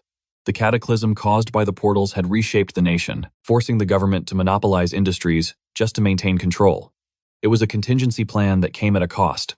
Society had fractured and poverty skyrocketed, yet the government offered no safety net for the common people. Satsuki sipped her drink somber. She knew the dungeons were lawless zones, but facing a genuine serial killer, that was a nightmare she hadn't prepared for. "Are you afraid?" Akoma asked. He warned her that she would face these life-or-death situations constantly if she remained a hunter. His gaze softened, acknowledging her struggle. He added that there was no shame in choosing a normal life if the burden was too heavy. Satsuki gripped her cup tightly.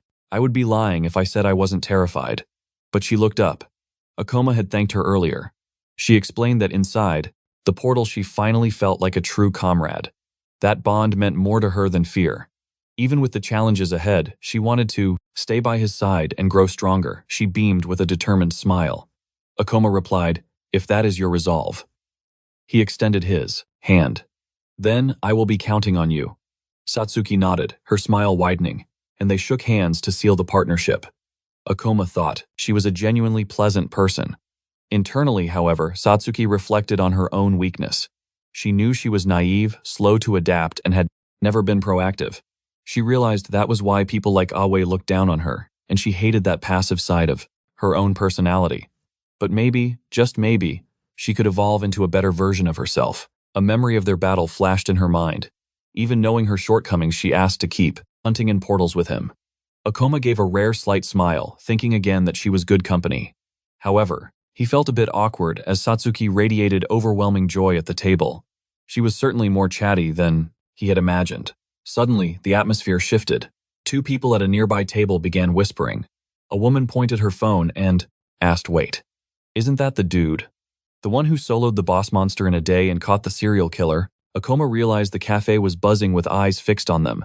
Just then, Atsunomiya pushed through the crowd, looking frantic. "You two have become famous in the guild," he whispered. As he tapped on his phone, he informed them that although their names, they weren't public yet, the videos were going viral everywhere. The screen displayed a massive thread discussing the mysterious new hunter, though the full details remained shrouded in mystery. Even without their names mentioned, Utsunomiya smirked, realizing the entire room had grasped his hidden meaning and hung on his every word. Then, he pointed a finger at Ikoma and Satsuki, declaring with conviction that they were destined for legendary status, a claim that made them recoil. He doubled down his aura oppressive, vowing he would not budge an inch until they accepted his recruitment offer. Suddenly, Aoi burst onto the scene, scolding him, announcing her presence with the authority of the Thunder Knights backing her. Aoi turned her gaze to Satsuki, claiming she had been searching the ends of the earth for her. She grasped the girl's hands tightly, feigning deep regret, and apologized for the harsh words she had spat out days ago. She claimed to have reflected on her sins, realizing she desperately needed her friend back, insisting the fallout had been a heartbreak for them both. Aoi beamed a fake smile, greed gleaming in her eyes as she asked how much gold Satsuki earned from the dungeon, assuming she had leveled up massively. She began to manipulate her, saying she needed a reliable ally. But Satsuki cut her off cold, turning to Ikoma to suggest they escape the gathering crowd. He nodded in agreement. However, Aoi and Utsunomiya scrambled to block their path, begging them to reconsider. Ignoring the desperate pleas, they walked away, brushing past a luxury car without a backward glance. Satsuki asked Ikoma if Aoi wasn't supposed to be his friend, and he tested her resolve about leaving. With eyes like ice, Satsuki declared that the girl was nothing more than a stranger to her now. She then shifted focus to the viral explosion on the internet. The smartphone screen displayed a video with millions of views featuring a mysterious novice hunter obliterating a serial killer. Satsuki explained that people were obsessed with filming inside portals, craving the adrenaline of secondhand danger. However, Ikoma scoffed, calling the practice a death wish, noting that those videos cared only for clicks and ad revenue, not survival. Satsuki gasped, asking if she should purge her subscription list of such shallow channels.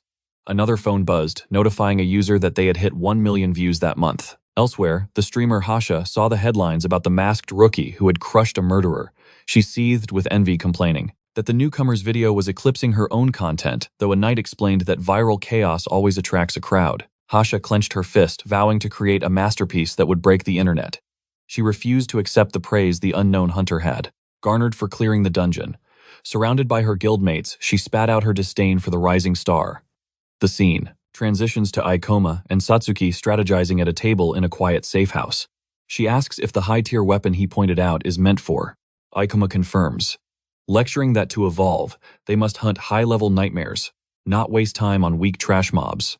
Thus, he emphasized that a mage requires top-tier gear to amplify their damage output, as their physical attack stats are negligible. Next, he laid out the plan to hunt specifically for funds to purchase her equipment. Satsuki tried to decline, humbled by his generosity and feeling unworthy of such hard labor. However, Ikoma silenced her doubts, stating that arming his partner was a strategic investment in his own survival. The moment she heard the word partner, her eyes lit up with shock and pure joy. She barely contained her excitement, confirming that they were indeed a team. As Ikoma sighed internally, at her innocence and vulnerability to manipulation, Satsuki asked where they could possibly find such a lucrative hunting ground. Ikoma tapped the tablet before him. He revealed he had already selected a target displaying the coordinates on the screen. The destination was the tomb of the ancient king, described as an untouched hidden dungeon with a massive probability of dropping legendary loot.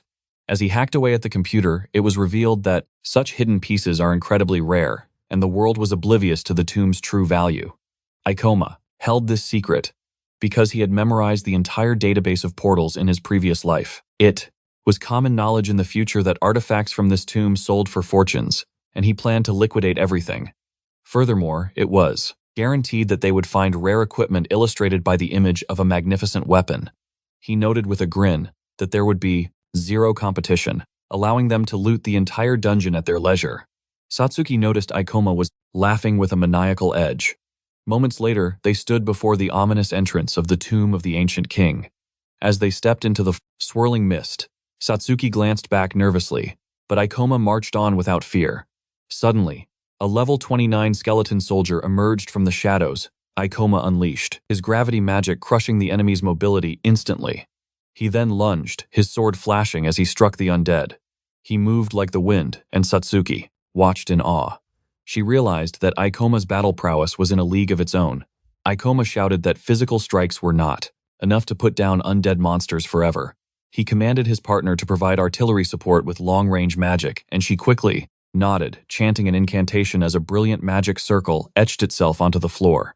He vaulted over the skeleton, just as its blade slashed through the air. Boom, the skeleton was obliterated by a shadow ball launched by Satsuki. Ikoma glanced at his system interface, which confirmed he had gained 240 experience points.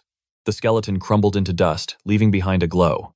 Satsuki pointed out that the monster dropped a mana stone and an item, and Ikoma grinned, declaring it a jackpot as he saw a rare weapon gleaming on the life ground, proving his past life knowledge was absolute. Ground. She stared at the artifact, stunned. 400,000 yen. For this scrap, he caught her disbelief and explained, battle-ready steel is rare in this market. Even without elemental enchantments, raw durability commands a high price. She swallowed hard and asked what their target was. I did not sugarcoat it. We need 3 million yen to buy a weapon that won't shatter. Satsuki gasped. 3 million. The number seemed impossible to her, but he pressed on. Untamed dungeons like this are gold mines. Finding safe loot spots is a luxury. We must squeeze every drop of value from this place. Ikoma added the logistics. Transporting the loot would be the bottleneck. The plan was simple: grind, loot, and extract, repeatedly. For the next 3 days, they would not rest. Satsuki did the mental math. That meant earning 1 million yen every single day. It was a fortune compared to her corporate salary. But suddenly, the air shifted. The distinct clang of steel on steel rang out. Someone was fighting nearby. Ikoma signaled for silence. We move. A bit further ahead, a spectacle was unfolding. A tank and a girl named Hosa faced a monster. It was a withered mummy. The tank charged. He slammed into the beast, shattering its defenses with a heavy blow. Finish it now, he shouted to Hosa. But she paused. She turned to the cameraman. Is the angle good, she asked. The tank, who was also her manager, gave a thumbs up. Camera rolling, cast the fire spell quick, Hosa posed dramatically. She channeled her mana, wrapping her sword in theatrical flames. The camera zoomed in. She leaped with a rehearsed battle cry. Her blade struck the already broken monster. It collapsed instantly. She turned to the lens, flashing a perfect, idol-like smile. And that, my lovelies, is how we clear a virgin dungeon, she announced. She claimed to have one-shot the beast. She bragged that this dungeon was too easy for her level. From the shadows, Ikoma and Satsuki watched the farce. Realization dawned on them. She was a dungeon tuber. Satsuki whispered, I know her, I have seen her streams. But Akoma's eyes went cold. He looked at her with pure disdain. This girl treated the abyss like a playground. She only cared about views and monetization. Did she not know that death lurks in every corner? Satsuki recalled that Akoma hated these fake hunters. Suddenly Hosa spotted movement. Her smile vanished. Hey, she yelled, looking up at the stairs where they stood. She began to scold them furiously. You are in the shot. You just ruined my viral thumbnail. Akoma did not back down. He scoffed at her victory, pointing out she just stole the kill from her tank. It is called entertainment, she retorted. She claimed skill was boring. The audience wanted charm and visuals. She turned to her manager, desperate. Can we save the footage? He shook his head. Impossible. They are in every frame. Hosa groaned in frustration. Her perfect intro sequence was garbage now, all because of these interlopers. She glared at them with arrogance. Do you not know who I am? She introduced herself as Hosa Saiji, the rising star. She revealed she was a professional streamer. Akoma sighed, apologizing flatly. I am Akoma Ichinose. He introduced Satsuki, who bowed nervously. He stated calmly that they had no intention of sabotage. Hosa waved her hand. Whatever, she dismissed them. I am too busy finding content to deal with fans. Akoma couldn't help but ask. Why do this? Why fake being a hunter? Her answer was immediate. Money, she signaled with her fingers. Akoma narrated the sad truth. Dungeons are trendy. Danger sells. The ad revenue from these videos was astronomical. Hosa continued dreaming big. I will be a celebrity, she declared. Akoma's expression darkened. Being a hunter is not a game. Stop now before you get yourself killed. Her eyes widened. Excuse me, what did you just say? I warned her again. Dungeons of this rank eat amateurs alive. Take your circus, act elsewhere. If you treat this lightly, he added, you will regret it when the camera stops and the monsters don't. Hosa went silent. Then indignation exploded. You ruined my shot and now you mock me, she screeched. Satsuki tried to intervene. He did not mean it like that, but Akoma stood his ground. It was friendly advice. Take it or leave it. Her manager tried to soothe her ego. Ignore the haters, Hosa, she smirked. You are right. Just jealous nobodies. A malicious idea formed. Start recording, she commanded. The manager panicked. Hosa stepped into Akoma's space. You talk big, she sneered. You must be very confident to lecture a pro like me. She threw down the gauntlet. A contest, who can gather more magic stones? When I win, you will apologize. She pointed at the camera. And I will upload your humiliation for the world to see. Akoma watched her perform. Don't worry, she added, with toxic sweetness. I'll blur your face. Just a random hater getting crushed by a queen. The duel was set. Hosa smirked, promising that if he won, she would grant any wish he desired. Akoma took the bait and accepted the wager, causing Satsuki to gasp in sheer panic. Hosa let out a sharp laugh, declaring the deal sealed. She would see him at the portal entrance in precisely 3 hours. With a final sneer, she warned him not to flee like a coward. The dungeon passage stretched endlessly before them, illuminated by the flickering dance of wall torches. Hosa's manager asked why she bothered challenging him, and she answered while visualizing the millions of views a video of her crushing that random hater would generate. Her eyes gleamed with greed. This was exactly the kind of viral explosion she needed to secure a massive payday for the month. But more than money, she hissed that she wanted to teach him a brutal lesson, her blood boiling at the memory of him calling her unserious. She was determined to make him eat his arrogant words. Meanwhile, Akoma and Satsuki faced a shambling mummy monster blocking their path. Akoma launched a devastating attack, Meteor Drop, which crashed into the beast with bone-crushing force. The system chimed 364 experience points, gained level 31, reached, and 3 skill points acquired. Undead mobs are sluggish, he analyzed coldly, noting that the best strategy was dodging their clumsy strikes with reverse gravity. In a flash, he finished the monster off by crushing it under increased gravity. With a radiant glow, the creature shattered, leaving behind a demon stone. Akoma grinned as they secured the loot, and a notification popped up. Ancient Relic Gauntlet Rank D acquired. Satsuki, still shaken, asked why he even accepted her risky challenge. Akoma explained that he refused to let her broadcast a video of his defeat, and he had zero intention of losing. His real goal was to make her stop filming dangerous stunts in portals forever. He sighed, remarking that the bet wasn't the main issue. The real problem was the logistics of transporting all this high-tier loot if their luck continued. Burdened by success, the duo marched toward a blinding light at the end of the tunnel. They emerged before a colossal Sphinx statue, and Akoma wondered if they had hit a dead end. Suddenly, the Sphinx seemed to awaken from its stone slumber, its eyes blazing with an intense magical light. Satsuki stared at the construct in absolute terror. With a deafening boom, the exit sealed shut, trapping them inside. "It's a dungeon trap," Ikoma declared calmly. He explained that portals often hide puzzles and guardians. While most are simple, some are deadly. Yet they often guard legendary treasures, especially inside a rare portal like this. The entity with burning eyes demanded answers to prove their wisdom, its voice booming that the interrogation would continue until their minds broke, or they could no longer respond.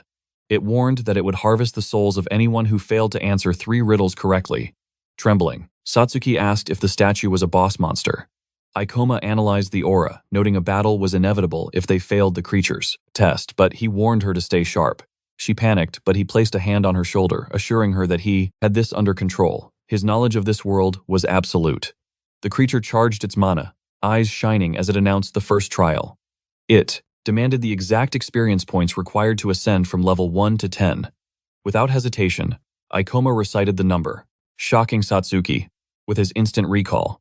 The creature confirmed the truth, and Ikoma calculated he needed just 2 more wins, silently thanking the detailed game knowledge he had gathered in his past life.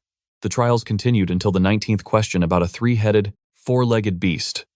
The frightening doll Ikoma answered with a bored yawn.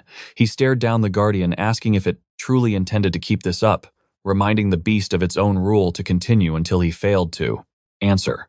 Watching the one-sided massacre of wits, Satsuki whispered that maybe he should fail on purpose to spare the creature's feelings.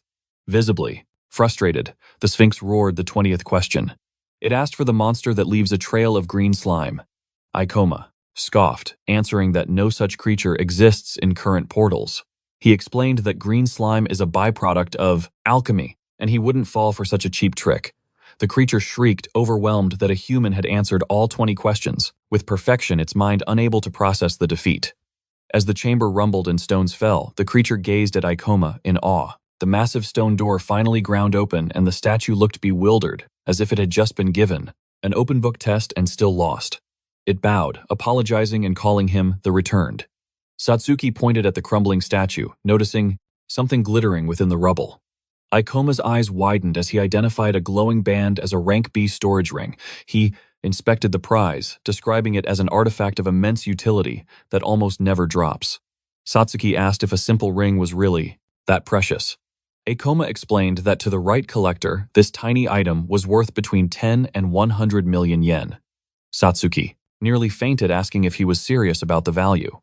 Ikoma admitted even he hadn't expected to find a treasure so legendary in a dungeon of this level. He mused that perhaps the excessive reward was compensation for answering every single riddle, recalling the image of the irritated Sphinx with amusement.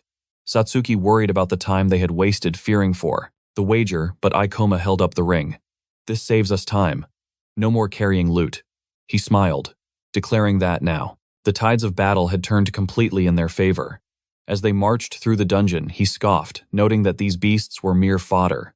He lunged at a skeletal warrior, his blade singing through the air. "They can block ranged shots, but they can't handle the pressure up close," he shouted, closing the gap instantly to strike them down. Behind him, Satsuki wove her magic, unleashing a barrage of spells from a distance to crush the monster's defenses. Satsuki analyzed the battlefield, noting that the mummies were sluggish, allowing her to cast gravity manipulation to pin them to the floor. She smirked, adding that these slow-moving targets were perfect batteries for mana draining. Ikoma grinned, realizing the drop rate in this dungeon was absurd. He had already powered up from level 31 to 33 and snagged 2 rare weapons. With a thought, he activated his spatial ring, the dimensional inventory swallowing the loot in a flash of light. "This new gear is a game changer," he told Satsuki. They had already farmed 6 demon stones, enough to win the bet, but his eyes were set on a bigger prize, cold hard cash. A predator's smile crossed Ikoma's face as he looked deeper into the darkness. "Let's wipe every single undead off the map before the timer hits 0, he commanded. Meanwhile, the reality was far more grim for Hasha. She leaned against a dungeon wall, gasping for air, celebrating a single pathetic victory. Finally, she wheezed. "One goes down. These things are nightmares," she complained. "Infinite stamina and skin like iron." Her tank shook his head grimly. They had only managed to kill 2 monsters, and the clock was ticking against them. "We should be done by now," he grumbled, wiping sweat from his brow. He muttered a silent prayer, hoping their opponents were suffering just as badly in the other sector. Hosa's mind raced to a dirty tactic, paying them off to throw the match. But her tank cut her off, scolding her for trying to stage another fake viral video. Suddenly, Akoma and Satsuki emerged from the shadows. Taking a break, he teased seeing Hosa on the ground. "You must be confident to be resting already." Her pride stung, she snapped upright. "I'm just pacing myself, and I might let your rudeness slide. If you beg for forgiveness right now." Akoma didn't even blink at her threat. He simply raised his hand, channeling mana into his storage ring to display their haul. Hasha's eyes widened in horror. A blinding gold light erupted from the ring, a cascade of rare items and demon stones spilling forth like a treasure hoard. Her jaw hit the floor. "Impossible," she stammered, bathed in the glow of his success. "How did you farm all of this? And that bracelet? What is that skill?" Akoma maintained a cool, mocking smile. "Is something wrong?" The sheer gap in their abilities left her speechless. The memory of her demand for an apology burned in her mind. Humiliated and furious, she barked at her manager. "Come on, this isn't over yet." She stormed into the darkness, desperate to escape his gaze. Watching her retreat, Satsuki sighed. "Did you have to crush her spirit like that?" "I wasn't crushing it," Akoma replied calmly. "I was lighting a fire under her. Though I hope that fire doesn't burn her alive. Recklessness is fatal in here." Satsuki pressed him on his disdain for portal streamers. He explained that it wasn't just the cameras that bothered him. "It's their disrespect for the dungeon," Akoma said, his voice hardening. "They ignore the risks of the hunter lifestyle. One mistake inside a portal and you're dead," he warned. No one should treat death lightly. He pointed out that Hasha was the perfect example of a streamer chasing fame over survival. If she isn't committed to the hunter's path, she's going to regret it the moment she faces a real predator. Hasha knew the score. To win the bet now, she needed a miracle, something that would flip the entire board upside down. She realized Akoma had the numbers game won. She had to do something drastic to convince him she was a worthy opponent. "We're running on fumes," her partner warned, checking his mana levels. "We've gone too deep. We need that mana to escape," he pleaded. But Hasha's eyes blazed with desperation. "No, I won't let them say I'm a fake hunter." Her mind drifted back 8 years. The day the sky turned red. The city burned, consumed by explosions and the screams of the dying. It was the era of chaos. Portals broke open uncontrollably, and a colossal shadow loomed over the ruins, reaping lives by the second. A young Hosa screamed, clutching a boy's hand. She watched helpless as a brutish orc slaughtered her parents before her very eyes. "Run," she had cried, dragging the boy through the debris, her heart pounding a frantic rhythm of terror and survival. They found refuge in a makeshift shelter huddled in the dark with other orphans of the catastrophe.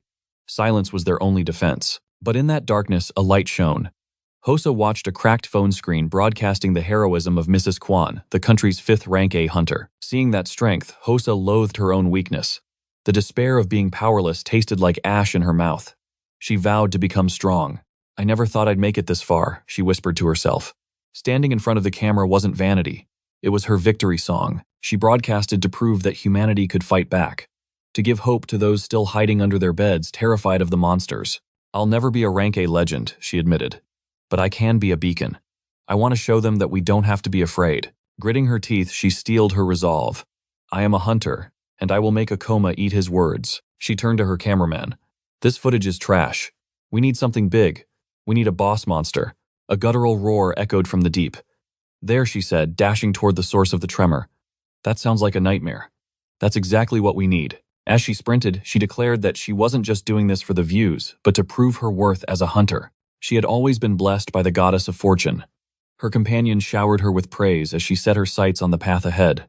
But suddenly, she stepped out from the shadows. A perfect scene for the camera had just revealed itself. But what stood before her was no ordinary sight. A towering colossus of gold, a monstrosity resembling an ancient pharaoh, loomed over a helpless victim. Its aura was suffocating, threatening to crush them all. The system window flashed open. Undead Pharaoh level 40. It was the boss of the ancient king's tomb. Terror gripped her heart. "Impossible," she gasped. "A rank B boss monster shouldn't be here." The pressure was crushing her will to fight. Her companion realized the grim truth. Someone must have lured it here as a distraction to escape.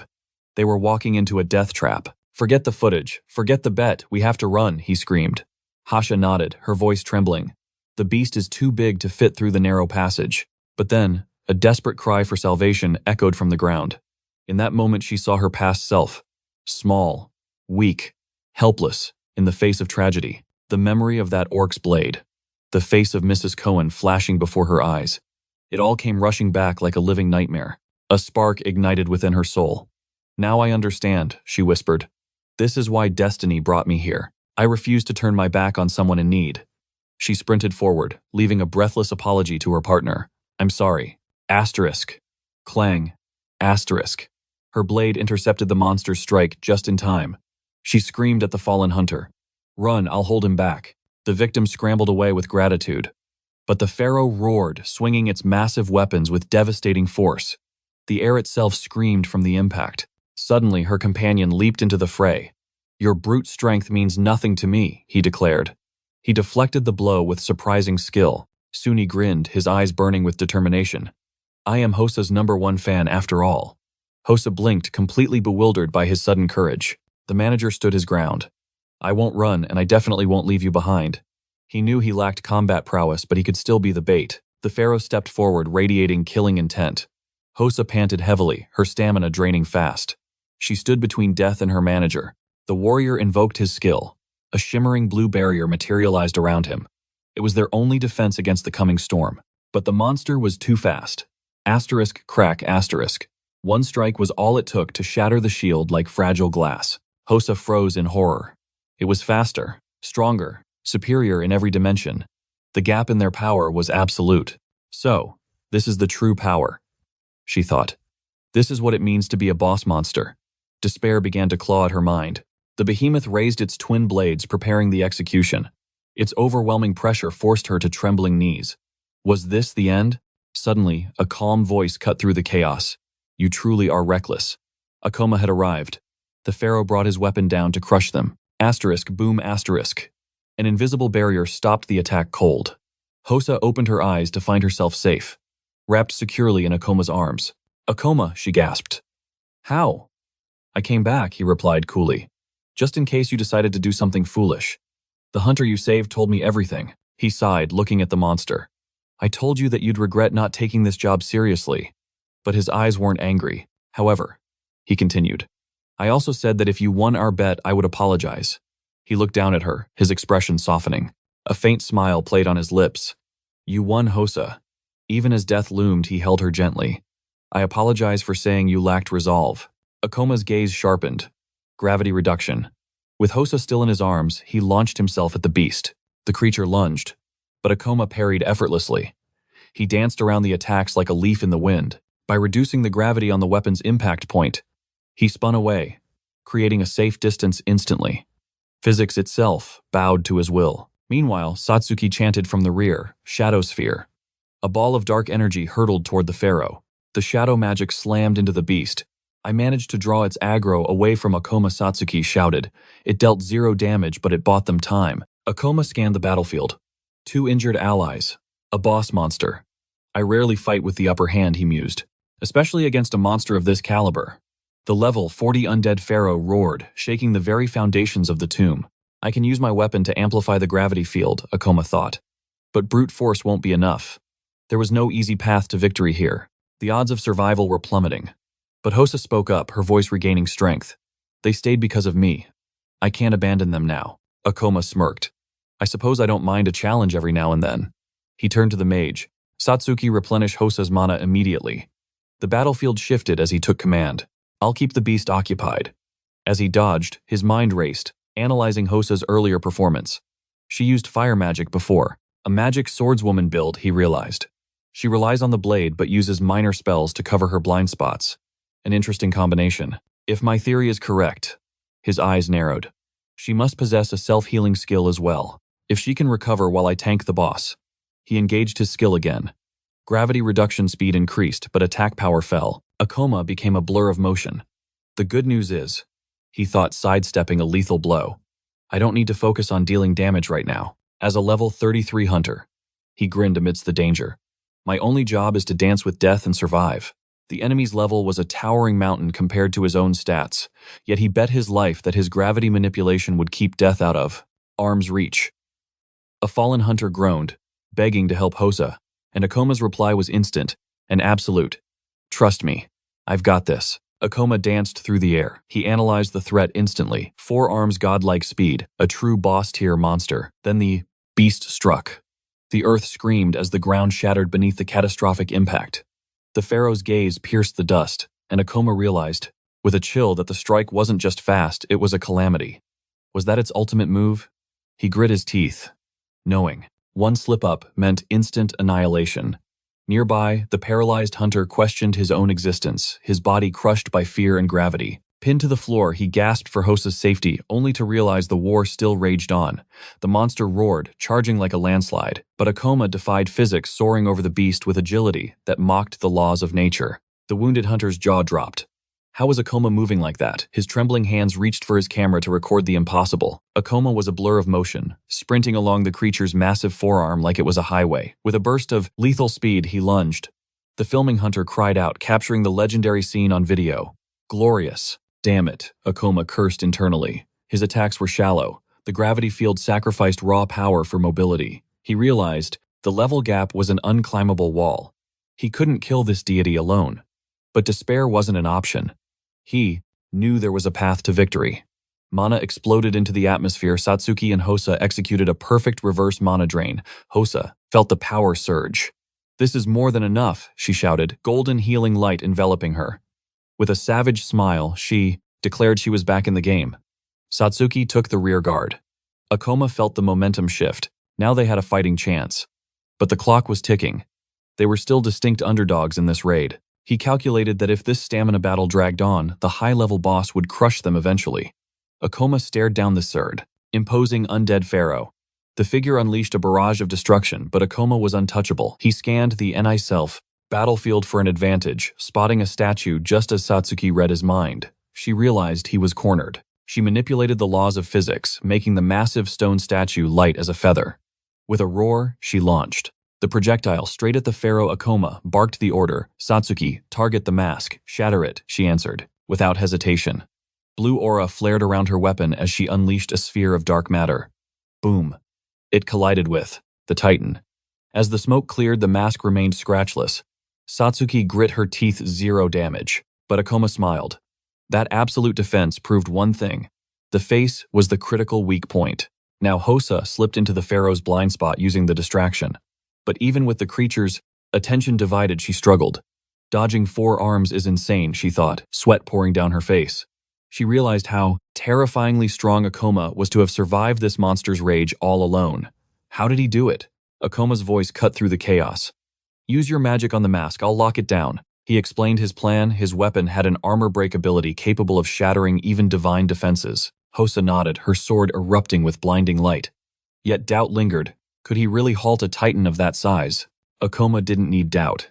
He needed results. He launched himself skyward, positioning himself directly above the pharaoh. The beast's power came from those 4 arms. If he could bind the shoulders, the strength of the limbs would be nullified. It was a gamble to leave it vulnerable. He pushed his mana to the limit, activating his gravity ability to crush the figure. Gravity press. He focused the pressure solely on the shoulders, pinning the arms against the torso. The pharaoh struggled, but with its joints locked, it couldn't break the bindings. Akoma grinned. This strategy was the perfect counter to large monsters with multiple arms. The trap was set. The boss was immobilized. Now, Hosa's eyes narrowed. The target was clear. She poured every ounce of mana into a single devastating burst of, quote, energy. The undead pharaoh took the hit. Point blank times, crack times. The ancient mask exploded into dust, revealing the nightmare beneath. A grotesque visage of multiple eyes and a twisted maw lay exposed. They both stared at the place. Horror. Akoma's instinct screamed. The weakness was open. Hosa flinched, paralyzed by the creature's hideous true form. But Akoma felt no fear. He dove straight into the jaws of death while the binding held. He reversed his own gravity, blasting away just as the ground below him pulverized into nothingness. He foresaw the monster's desperation. It was gathering all 4 arms for one final cataclysmic strike. The end was near. That single movement was its fatal mistake. Akoma's eyes flashed. He had found the opening. "This ends now," he roared, unleashing the full weight of his power. Skill-activated meteor drop. The strike crashed down like a hammer of judgment, pulverizing the pharaoh's skull in one shot. A golden ring dropped as the boss disintegrated. The system pinged the sweet sound of a level up.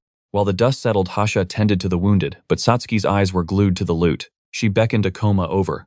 A magical aura pulsed from the weapon, its stats glowing in the air. Without hesitation, Akoma tossed the artifact to Satsuki. Take it. It saves us a trip to the shop. Satsuki froze, clutching the weapon.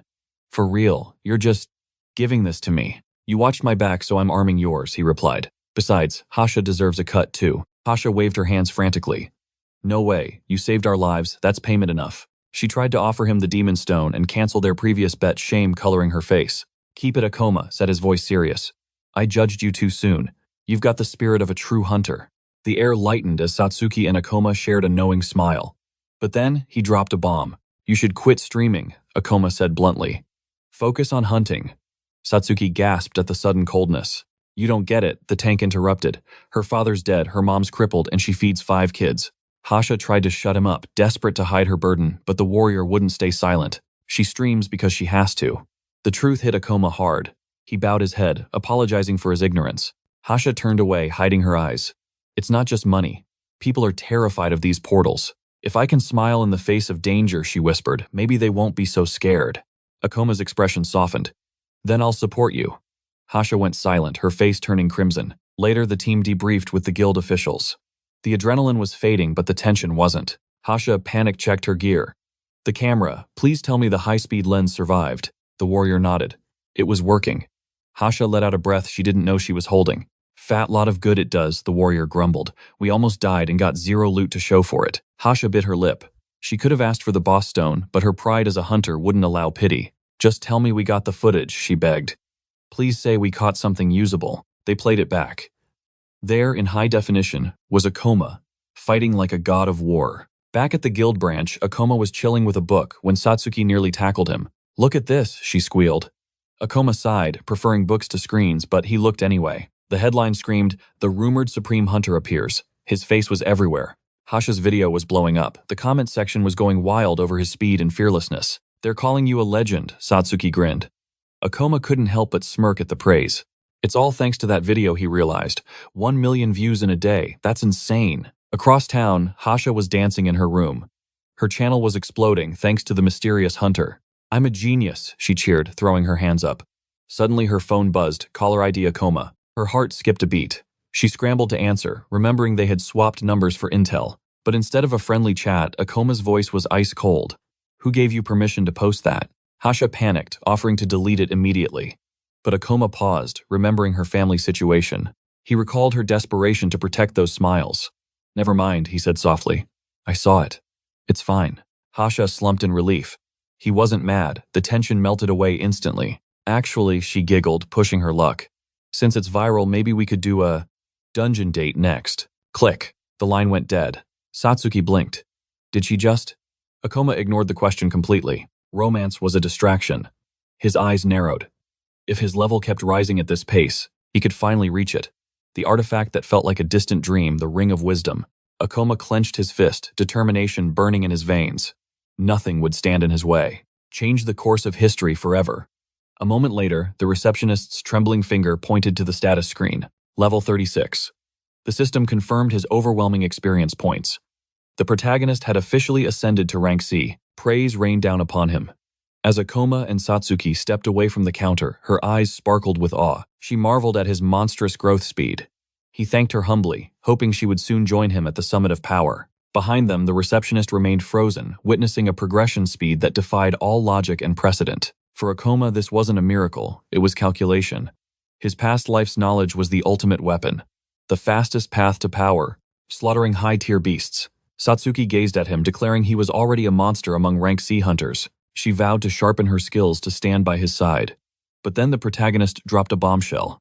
By the month's end, he would ascend to rank B. Satsuki's face paled. Was he courting death? She warned him that he was pushing his limits too far. Such a feat was rare even for the elite guilds. Finally, Akoma revealed his true objective. He had a target locked in his sights. To claim it, he had to breach the Library of Illusions. Accessing that dungeon required the prestige of a rank B hunter. The dungeon boss, an undefeated nightmare, guarded the prize he sought, the Ring of Wisdom. Satsuki blinked, stunned. How could he know the drop table of a monster no one had ever killed? She sensed a link to the secrets he held. Akoma confirmed it.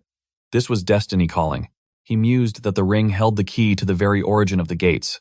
Satsuki stood speechless at the scale of his ambition. In his previous timeline, that legendary artifact had vanished before humanity could unlock its secrets. Researchers believed it was the missing link to understanding the dimensional rifts. The path was treacherous, but he had to have it. He needed that power. He told Satsuki this was his selfish crusade and she was free to walk away, but she shook her head. She remembered how he had saved her from the abyss.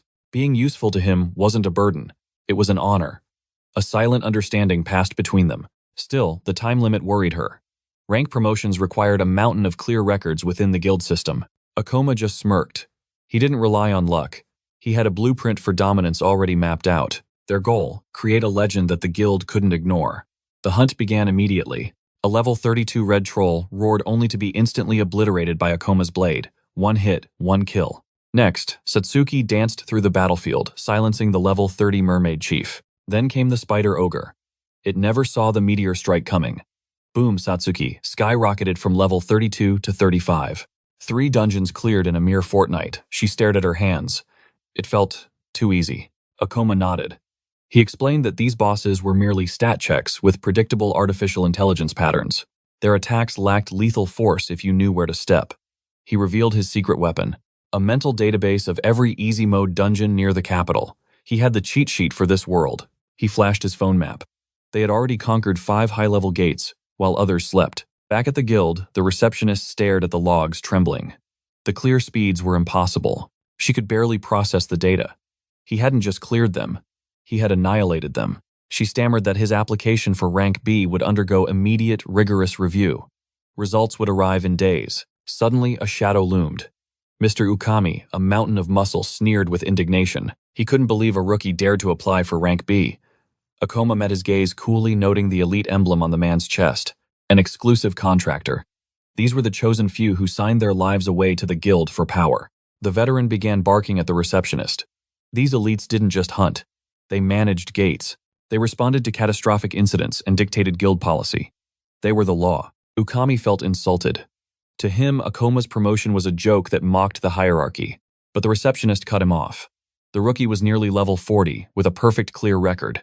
Ukami froze. Mid-level dungeons cleared solo. As their eyes locked, the truth hit the veteran. Did this kid single-handedly slaughter multiple boss monsters? Bitterness welled up. It took Ukami 7 years of blood to reach this summit. How did this boy do it? Could already match his level. As Akoma analyzed the man's killing intent, he realized one thing. This veteran was going to be a problem. Ukami loomed over Akoma, scoffing in disbelief. How could a scrawny kid claim to be a rank B hunter? The young man knew the bitter truth. Without Ukami's stamp of approval, rising through the Morima branch was impossible. Yet, surrender was not an option. He could only apply for promotion within his own city. His path was blocked, but he had to break through. Remembering Satsuki's kindness and support, his resolve hardened like steel. He would not back down. He looked the veteran in the eye. Ukami, he said calmly. Give me a valid reason for this rejection. The hunter leaned in his presence, menacing. B rank isn't for soft rookies who think dungeons are a playground. He got in Akoma's face, demanding to know if he truly understood the weight of a hunter's life. Answer me, kid. The guild hall fell silent. Whispers spread like wildfire. Ukami was starting trouble again. But Akoma didn't flinch. Tell me, Akoma cut in coldly. How many hunters reached rank B at only 17 years old? Ukami blinked, blindsided by the logic. What kind of nonsense are you spouting? Akoma pressed the attack. It has been 15 years since the portals opened. 6 prodigies reached rank B at 17. By your logic, were they all frauds too? I fulfill every requirement, Akoma declared, his voice echoing. Answer me, are you rejecting me on skill or just my age? Silence hung heavy in the air. Ukami took a step back, cornered. The portal rules. They aren't perfect, he stammered. We must respect the intuition of experienced hunters, he argued, trying to regain control. Rules aren't based on feelings, Akoma countered sharply. They are written in blood and past mistakes. He shot a piercing glare at the desk. Is that not the guild's absolute law? The receptionist nodded, her fingers flying across the keyboard to confirm the data. Satsuki watched in awe. Akoma's logic was sharper than a sword. The crowd murmured. The rookie had left the veteran speechless. A bold move that shocked everyone. But inside, Ukami's pride shattered. He silently vowed to make this brat pay for the humiliation. You'll regret challenging me, he hissed. He turned to the desk. What is this kid's level in class? Level 38. Gravity user, the receptionist revealed. Ukami frowned. Gravity user. He had never heard of such a class. Was it a rare awakening? Or just some useless trick? Akoma analyzed the situation. They likely thought him a weak mage carried to high levels by a powerful party. Ukami's grin returned. Fine. I was too harsh. It would be unfair to reject you without cause. I won't deny your request, he announced, a dark glint in his eye. But there is a condition. Prove your worth in the arena. The scene shifted to the training hall. Tension filled the air as hunters gathered for the spectacle. Win and the promotion is yours, Ukami taunted. But if you can't beat me, get out of my sight. Whispers circulated among the spectators. They knew Ukami's brutal history. He nearly killed the last rookie, one murmured. This won't end well. Ukami used these duels to vent his rage. It was a slaughter, not a test. Satsuki clenched her hands, fear rising for her companion. Ukami glared at Akoma, replaying the earlier insults in his mind. He was ready to hurt someone. He compared their stats.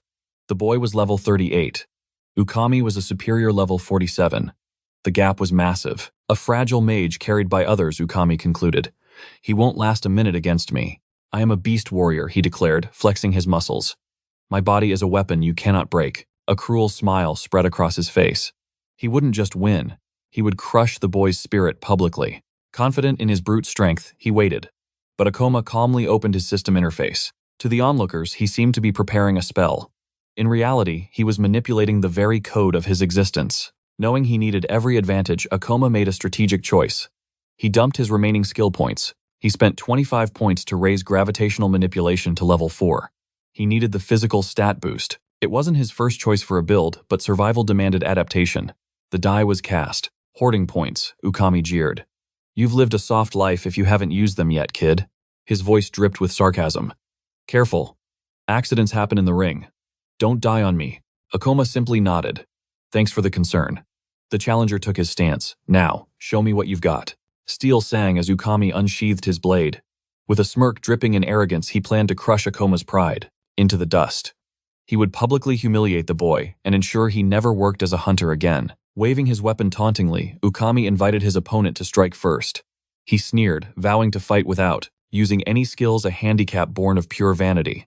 Akoma remained silent, his expression unreadable as stone.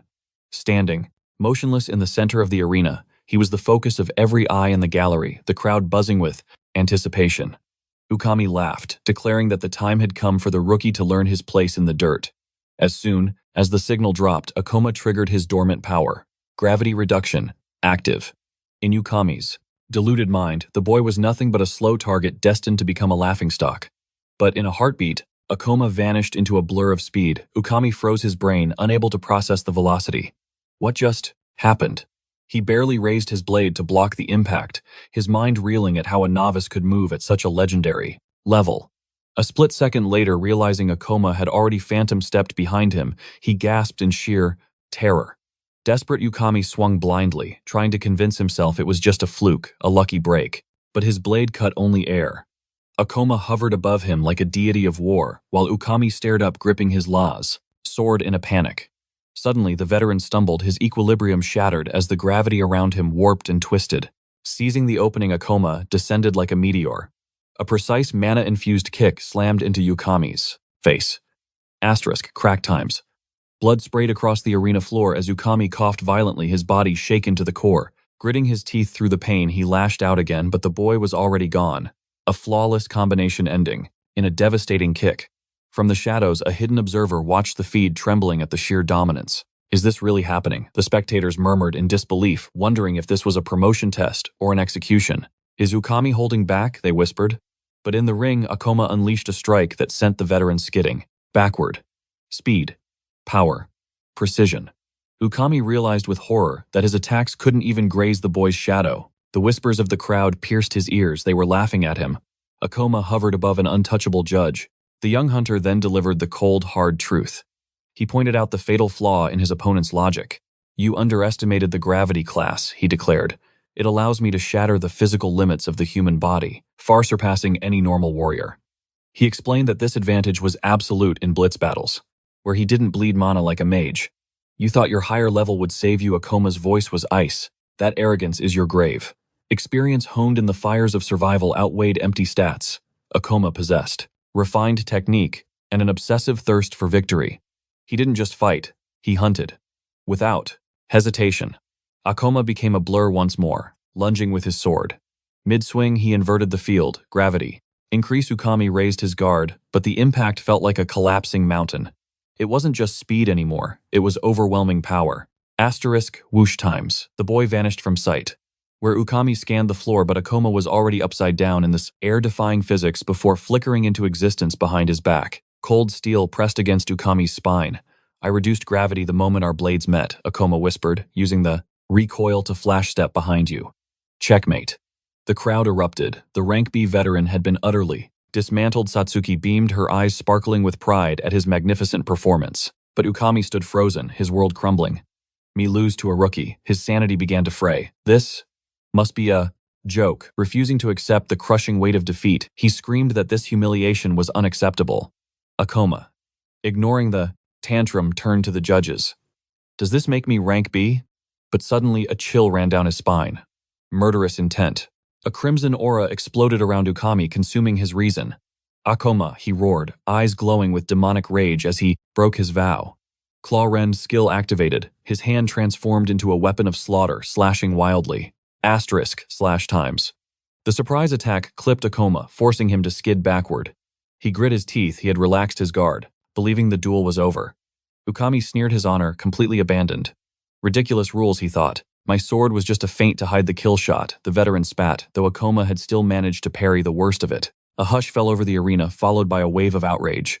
He used a skill. After the match ended, he swore a warrior's oath. The crowd pointed fingers in disgust. But blinded by fury, Ukami didn't care about honor anymore. Ukami stood seething, his pride shattered by the relentless booing of the crowd. Confused by the malice, Akoma asked if the test would continue even as his aura flared around him.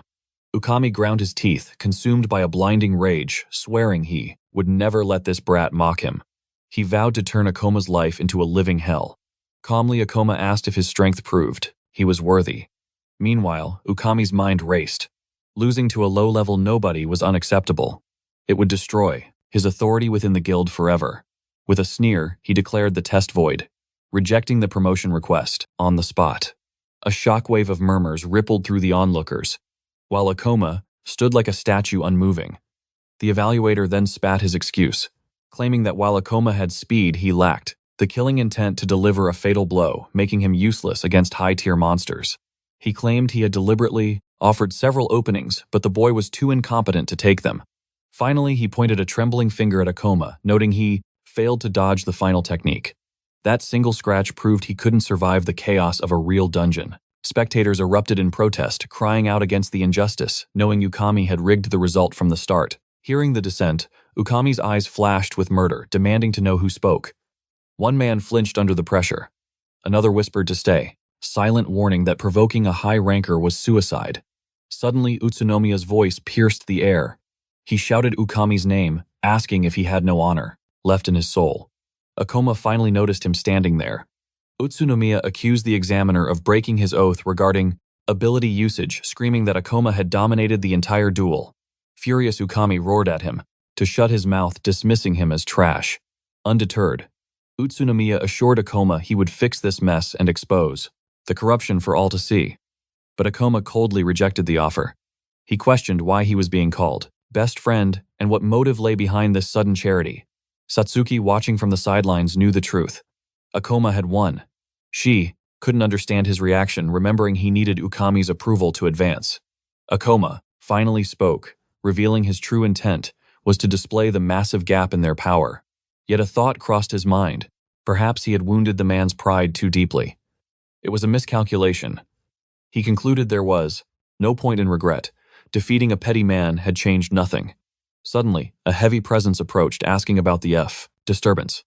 Ukami froze, recognizing the deputy guildmaster Serizawa. He stammered, asking why the deputy was here, only to be told he was woed, being hunted down. Serizawa explained he was observing a prospect, but the candidate had proven to be a complete waste of time. His sharp eyes shifted to Akoma, asking if hurting a fellow hunter was truly necessary, though he admitted accidents were part of the job. Ukami scoffed, brushing off his injury as a mere scratch. Serizawa commanded him to drop it. Akoma watched in silence as Ukami told his superior they had urgent business. The two men were summoned upstairs. Ending the exam, Ukami spat that he had no time for the weak. As Serizawa turned to leave, Utsunomiya whispered in awe that he was the strongest hunter in the guild. Satsuki turned to Akoma, desperation in her voice, asking what they would do now. With a sigh, he replied that they would forge their own path. As the elevator ascended to the room's 13th floor, Serizawa asked if such brutality was really needed for a simple test. Ukami lied through his teeth, claiming he fought hard to show a harsh reality to an arrogant rookie. The deputy master questioned the young man's candidacy for rank B, musing that perhaps the new generation didn't respect their elders.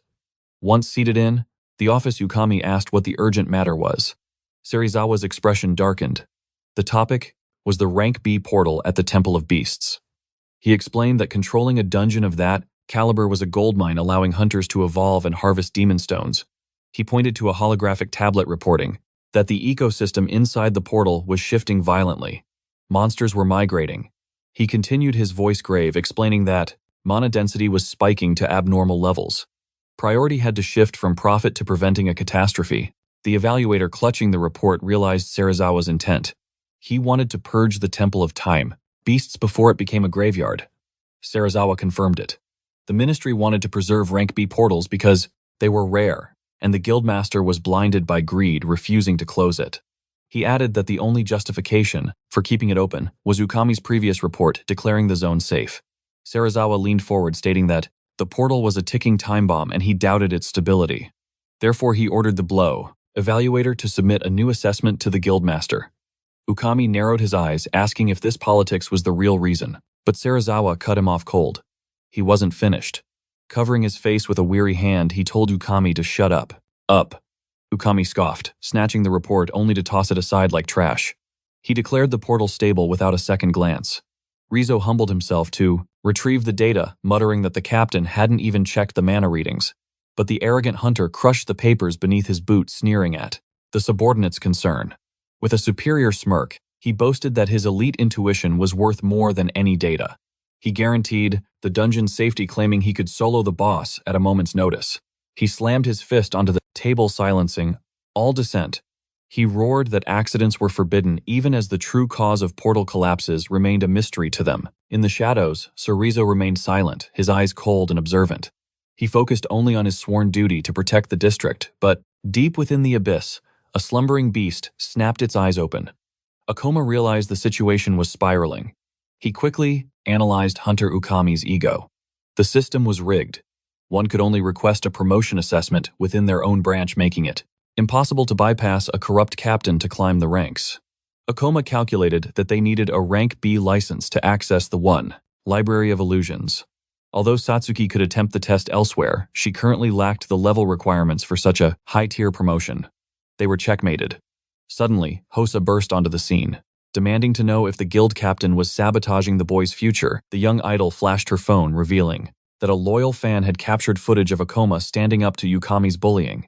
She immediately suggested uploading the clip with a sensational title, "Guild Corruption," exposed Ukami's abuse of power. She was confident her 120,000 subscribers would rise up against the injustice. Akoma narrowed his eyes, asking if this was just a stunt for views. The girl vehemently denied it. She insisted she only wanted to repay the debt for saving her life. However, she sheepishly admitted that she wouldn't complain if the drama brought her channel some extra profit. The protagonist shut it down instantly. He refused to let her post the video, noting that humanity's knowledge of portals was still too primitive. He explained that the guild couldn't afford to lose experienced hunters right now, and public outrage wouldn't change the mind of a narcissist like Ukami. Furthermore, he warned that this move would only paint a target on her back. Satsuki watched the exchange, sensing the tension. She observed as Hosa asked if Akoma was worried about her safety. A teasing smirk formed on Satsuki's lips as she asked if the idol had caught feelings for him. Hosa recoiled in shock, stammering and questioning the accusation. She quickly pivoted, claiming that Akoma was full of annoying secrets and acted way too superior for her taste, even if he did have a handsome face. She clarified that her concern was purely because he was her savior. As an online celebrity, a dating scandal would destroy her career. Satsuki stared intensely, making Hosa flustered until the idol looked away. Suddenly, a piercing alarm shattered the mood. Everyone turned to the screen. Satsuki read the emergency alert: rank B outbreak in Tokyo. Panic rose as she asked for details. Hosa pointed to the live feed as Akoma analyzed the disaster. The epicenter was Kitahana Avenue, an overflow from the fist, Temple of Beasts. He explained that an overflow occurs when mana saturates reality, allowing monsters to invade the human world. The only way to seal the rift was to slaughter the boss monster immediately. But Akoma's mind raced. This event was an anomaly. A disaster of this scale never occurred in the Morimo ward during his previous life. He questioned if this was merely a cruel coincidence. As memories of the past flooded his mind, he realized the timeline was diverging. The butterfly effect was changing his future. Hosa was furious that a safe portal had malfunctioned. She demanded to know why the guild's Exazar predictive analysis failed so miserably after years of research. The young woman admitted she had never stepped foot in a rank B dungeon and lacked the combat power to make a difference. But the memory of her father pleading for salvation flashed before her eyes. She declared that the civilians were helpless and needed her protection. She turned, ready to rush toward the danger. Akoma blocked her path, explaining that a fractured rank B portal was a chaotic nightmare, and the resulting mana storm could trigger secondary disasters. At ground zero, Ukami faced a colossal, the nightmare amidst the burning rubble. The beast revealed itself a level 34 werewolf. The hunter launched himself through the air, his weapon gleaming with killing intent. He charged with a roar, declaring that nothing would stand in his way. In that split second, he realized the gravity of the situation. Fighting this close to the city center was a PR disaster waiting to happen. 2. Civilians cheered as the hunter landed a heavy blow. Ukami panted, asking if reinforcements had arrived, realizing that low-ranked support troops were useless against a catastrophe of this magnitude. The support team replied that rank B hunters were a rarity. They had sent distress signals to the elites, but there was no estimated time of arrival. Akoma knew that Ukami's reputation would be obliterated if this monster escaped the perimeter. But the arrogant hunter had a secret advantage. He had cleared this boss pattern before. He identified the monster as a level 47 phantom fox, a lowly beast that should have been child's play to slaughter. Okami sneered, plotting to crush the boss monster in record time, pin any collateral damage on Sir Razawa, and emerge as the glorious hero of Morima. The B-rank hunter declared the raid had begun, but before his voice could fade, a catastrophic explosion tore through the zone, followed by the blood-curdling screams of his team. Suddenly, a colossal claw tore through the smoke, and a trembling voice stammered, asking if this nightmare was truly the boss. From the inferno, a titan with multiple fox heads, wreathed in hellfire, descended upon them. The hunters froze in terror. The dungeon data had never predicted the existence of such a calamity. The beast roared, revealing its status window, a level 55 summoner fox. The rookies stared in horror at the twisted, grotesque form of the entity standing before them. The master of the Temple of Beasts had undergone a terrifying evolution, warping its form, skyrocketing its level, and awakening dormant powers. This wasn't just a monster anymore. It was a walking disaster born from the unstable buildup of mana within the portal's core. Okami felt a cold sweat break out as he realized the boss had mutated, escalating the danger level far beyond a simple overflow event. As soon as the junior hunter saw the terrifying tag of level 55, despair crashed over him, and he frantically asked how mere humans could challenge such a godlike monstrosity. Crushed by the overwhelming pressure, the two subordinates begged to retreat, insisting they wait for high-ranking reinforcements. But Okami spat on their cowardice, calling them fools, and roared that running away would leave a permanent stain on his pristine reputation. He had insisted this gate remain open, and he would not lose face. He reminded them that he was a mighty rank B hunter, a predator who had survived countless brushes with death. His eyes narrowed with a sinister, scheming glint as he proposed they act as distractions, buying him the split second he needed to deliver a legendary killing strike. The two young men recoiled, calling the plan, suicidal screaming that they wouldn't last even 10 seconds as live bait against a demon of that caliber. Okami's expression darkened with irritation at their defiance, realizing these pawns would not obey him willingly. A cruel grin twisted his lips. If they wouldn't volunteer, he would simply give the boys a little push. He invoked his dark skill, Berserk, and a beam of crimson energy erupted from his palm, slamming into his allies. As the malevolent red aura constricted their bodies, the boys collapsed, clutching their heads in agonizing pain. The Berserk, magic, a forbidden spell of the Beast Warrior class, forcibly amplified the target's attack power while shattering their sanity, turning them into mindless, aggressive puppets. The hunter scoffed, revealing this was his favorite trick for creating disposable human bait to escape. High-level threats, though he hadn't needed to dirty his hands with it lately. He viciously kicked one of the writhing boys, sending him skidding toward the beast. With a barked command, he ordered the mindless puppets to charge. His plan was simple: let them die to create an opening, then step in to steal the glory with the final blow. Wearing a sadistic smile, he justified his cruelty, thinking that in the brutal world of hunters, the soft-hearted were destined for the grave. The two victims, eyes glowing with madness, charged at the behemoth with reckless abandon as Okami watched from the shadows. But the monster had a surprise of its own. A pulsating, grotesque eye opened on its back, shielded by eyelids made of human hands. The creature activated poltergeist through the cursed eye. Instantly, the gravity in the area shifted, and massive debris began to levitate all around them. Okami gasped completely, blindsided, wondering how a mere beast could unleash such high-tier telekinetic destruction. As he scrambled for cover, boulders rained down from the heavens. The puppets screamed in agony as they were crushed, but Okami merely clicked his tongue, dismissing their deaths as a waste of resources. Suddenly, a massive slab of concrete hurtled toward his head. With a roar, he shattered the projectile, using his Beast King's smash ability. He realized with horror that the monster was wielding advanced telekinesis. He understood now that the creature's mana capacity was in a completely different dimension than his own. The summoner fox locked onto him, forcing the hunter to sprint through the ruins of the city like a rat in a maze. He cursed under his breath, wondering how the system could spawn something this broken. The presence closed in, breathing down, his neck pushing his nerves to the breaking point. Okami sensed the killing intent and whipped out his greatsword, raising a desperate guard. The monster unleashed another wave of telekinetic force from its cursed eye. Steel rang out as he barely blocked the flying debris with his massive blade. After deflecting a second projectile, Okami's arms trembled. He knew he couldn't keep this up.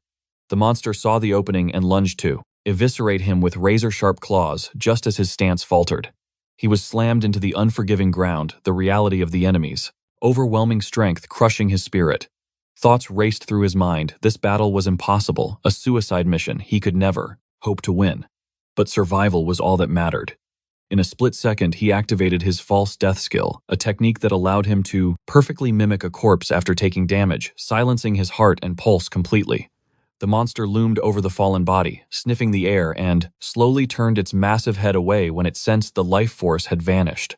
The moment the enemy's attention drifted, Okami knew this was his only chance to flee. He scrambled to his feet to run, but the cursed eye on the beast's back snapped open. The creature spun around with supernatural speed and lunged with a devastating claw strike. The hunter was swatted like a fly crashing into the earth, realizing too late that the eye on its back could see everything. He choked on his own blood, lamenting that escape was impossible, panic rising as he refused to accept a dog's death. The monster prepared to deliver the executioner's strike, enveloping him in an aura of suffocating dark magic. Okami lay paralyzed by the ominous energy, his mind racing, wondering if the Loster creature's mockery echoed in his ears. Then the corrupt mist forced its way into his very soul. He screamed, agonizing and helpless against that cruel fate. Finally, a coma descended upon the ruined city, walking amidst the devastation the monsters had wrought. Hosa knelt to purge the wounds of an injured civilian, leaving the man stunned as his lethal injuries vanished into thin air. Akoma commanded the survivor to flee in the opposite direction, vowing that the path was clear of beasts. With a trembling nod of gratitude, the man scrambled for his life. Hosa turned to speak with Akoma, whose expression was dark and calculating. He declared they needed to advance immediately. The dungeon break had to be contained as soon as possible. The healer nodded, knowing his instincts were sharp. Checking her device, she paled. An hour had already evaporated, yet the calamity remained unchecked. Akoma reasoned that the Ministry of Monster Eradication should have already silenced the boss of the Temple of Beasts, but it seemed the elites were dragging their feet. With that realization, he prepared for the worst-case scenario. Elsewhere, Okami struck with blinding speed. The woman shrieked, in agony, collapsing from the shock. The corrupted hunter unleashed the beast claw art, tearing into the bald captain. The man groaned, through gritted teeth, gripping his blade with white-knuckled desperation. He forced a counterattack steel, clashing violently against Okami's claws. The aggressor grinned with malice, while the captain glared only to be blasted backward by a strike heavy with killing intent. The woman cried out for Captain Kurakawa, but Okami only laughed. He sneered at the struggle, noting how hard it was to crush a rank B hunter. He taunted them, claiming this madness was merely a side effect of the Great Calamity, not some ordinary monster outbreak. In his twisted eyes, these local troops and hunters were nothing but fodder, incapable of handling the catastrophe. Even so, he cackled again, lunging at the captain, who raised a desperate defense. But Akoma arrived like a phantom, utilizing his gravity reduction skill. He collided with Okami in midair, intercepting the blow mere milliseconds before impact. Instantly, Akoma deduced that Okami had fallen prey to the monster's mind domination. As the possessed hunter hissed, the captain tried to warn the newcomer, screaming that Okami was no ordinary opponent. But Akoma attacked with fluid lightning-fast strikes. The onlooker stood paralyzed in awe, unable to comprehend how a mere rookie was overwhelming a veteran rank B hunter. He continued to stare, realizing he had never witnessed combat prowess like Akoma's. Soon he noticed that Okami was resorting to basic instincts rather than technique, confirming the mind control theory. The possessed hunter lashed out with his beast claw in a heavy lethal arc, but Akoma slipped past it like smoke. He sensed his opponent's rising agitation and erratic movements. Seizing the opening, Akoma activated gravity increase. Okami was slammed into the earth with tremendous force. Akoma followed up with a ruthless strike, drawing a cry of pain from the fallen hunter. Stepping closer, Akoma demanded to know if his senses had returned. Okami glared confusion, clouding his eyes as he asked if they were still in a sparring match. But then, with a furious roar, he vowed slaughter, entering a fully berserk state. Even so, he was battered again, the mind control overriding his will. Akoma shifted his stance, acknowledging that his opponent's raw stats were higher than his own. Therefore, he declared he could no longer hold back. Whispering that it wasn't personal, he readied himself for the finale. He launched an aerial assault, his boot connecting squarely with Okami's face. Dropped, descending upon the enemy like a falling star. The impact forced a scream of pure agony from Okami. Next, Akoma severed the right arm in a blur of motion. He then shredded the ligaments in Okami's legs, stealing his ability to move. Akoma stood there, breathing heavily as the dust settled. The bald captain watched in silence, terrifyingly aware that the boy was holding back his lethal intent to spare a rank B hunter. Hosa and Satsuki rushed onto the scene, complaining about Akoma's insane speed, and he apologized for leaving them behind. He explained that their character classes simply had different agility stats. The captain ordered the woman to evacuate the civilians to safety. However, Akoma cut in sharply, stating they wouldn't have time for such mercies. He locked eyes with the summoner fox boss, a two-headed nightmare approaching fast, and concluded that evacuation was impossible. Satsuki and Hosa froze, staring at the beast in terror. The creature roared and the ground trembled under a massive shockwave. Immediately, Akoma raised his weapon, the gravity of the situation crashing down upon them. Meanwhile, the beast laughed, a sound of pure mockery. Satsuki stammered, asking what kind of grotesque horror stood before them. Akoma summoned his system interface to analyze the threat. The holographic window identified the boss as a level 55, Summoner Fox from the Temple of Beasts. Its level far exceeded the official database records, and he realized this. Confirmed the monster's evolution triggered by the energy overflow. Akoma gritted his teeth, reflecting that he had no idea what new, catastrophic abilities the creature had unlocked. Hosa's voice trembled as he asked if ending this beast would stop the disaster. He agreed to slay the beast, though he knew this battle would be a walk through hell.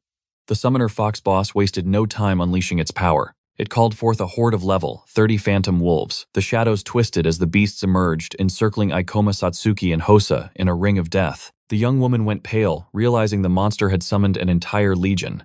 Staring at the impossible odds, she trembled at the thought of the aftermath. She pictured the devastation an overflow would bring to the helpless city. While the monster cackled, Hosa realized the beast was savoring the ensuing chaos. It took pleasure in their struggle.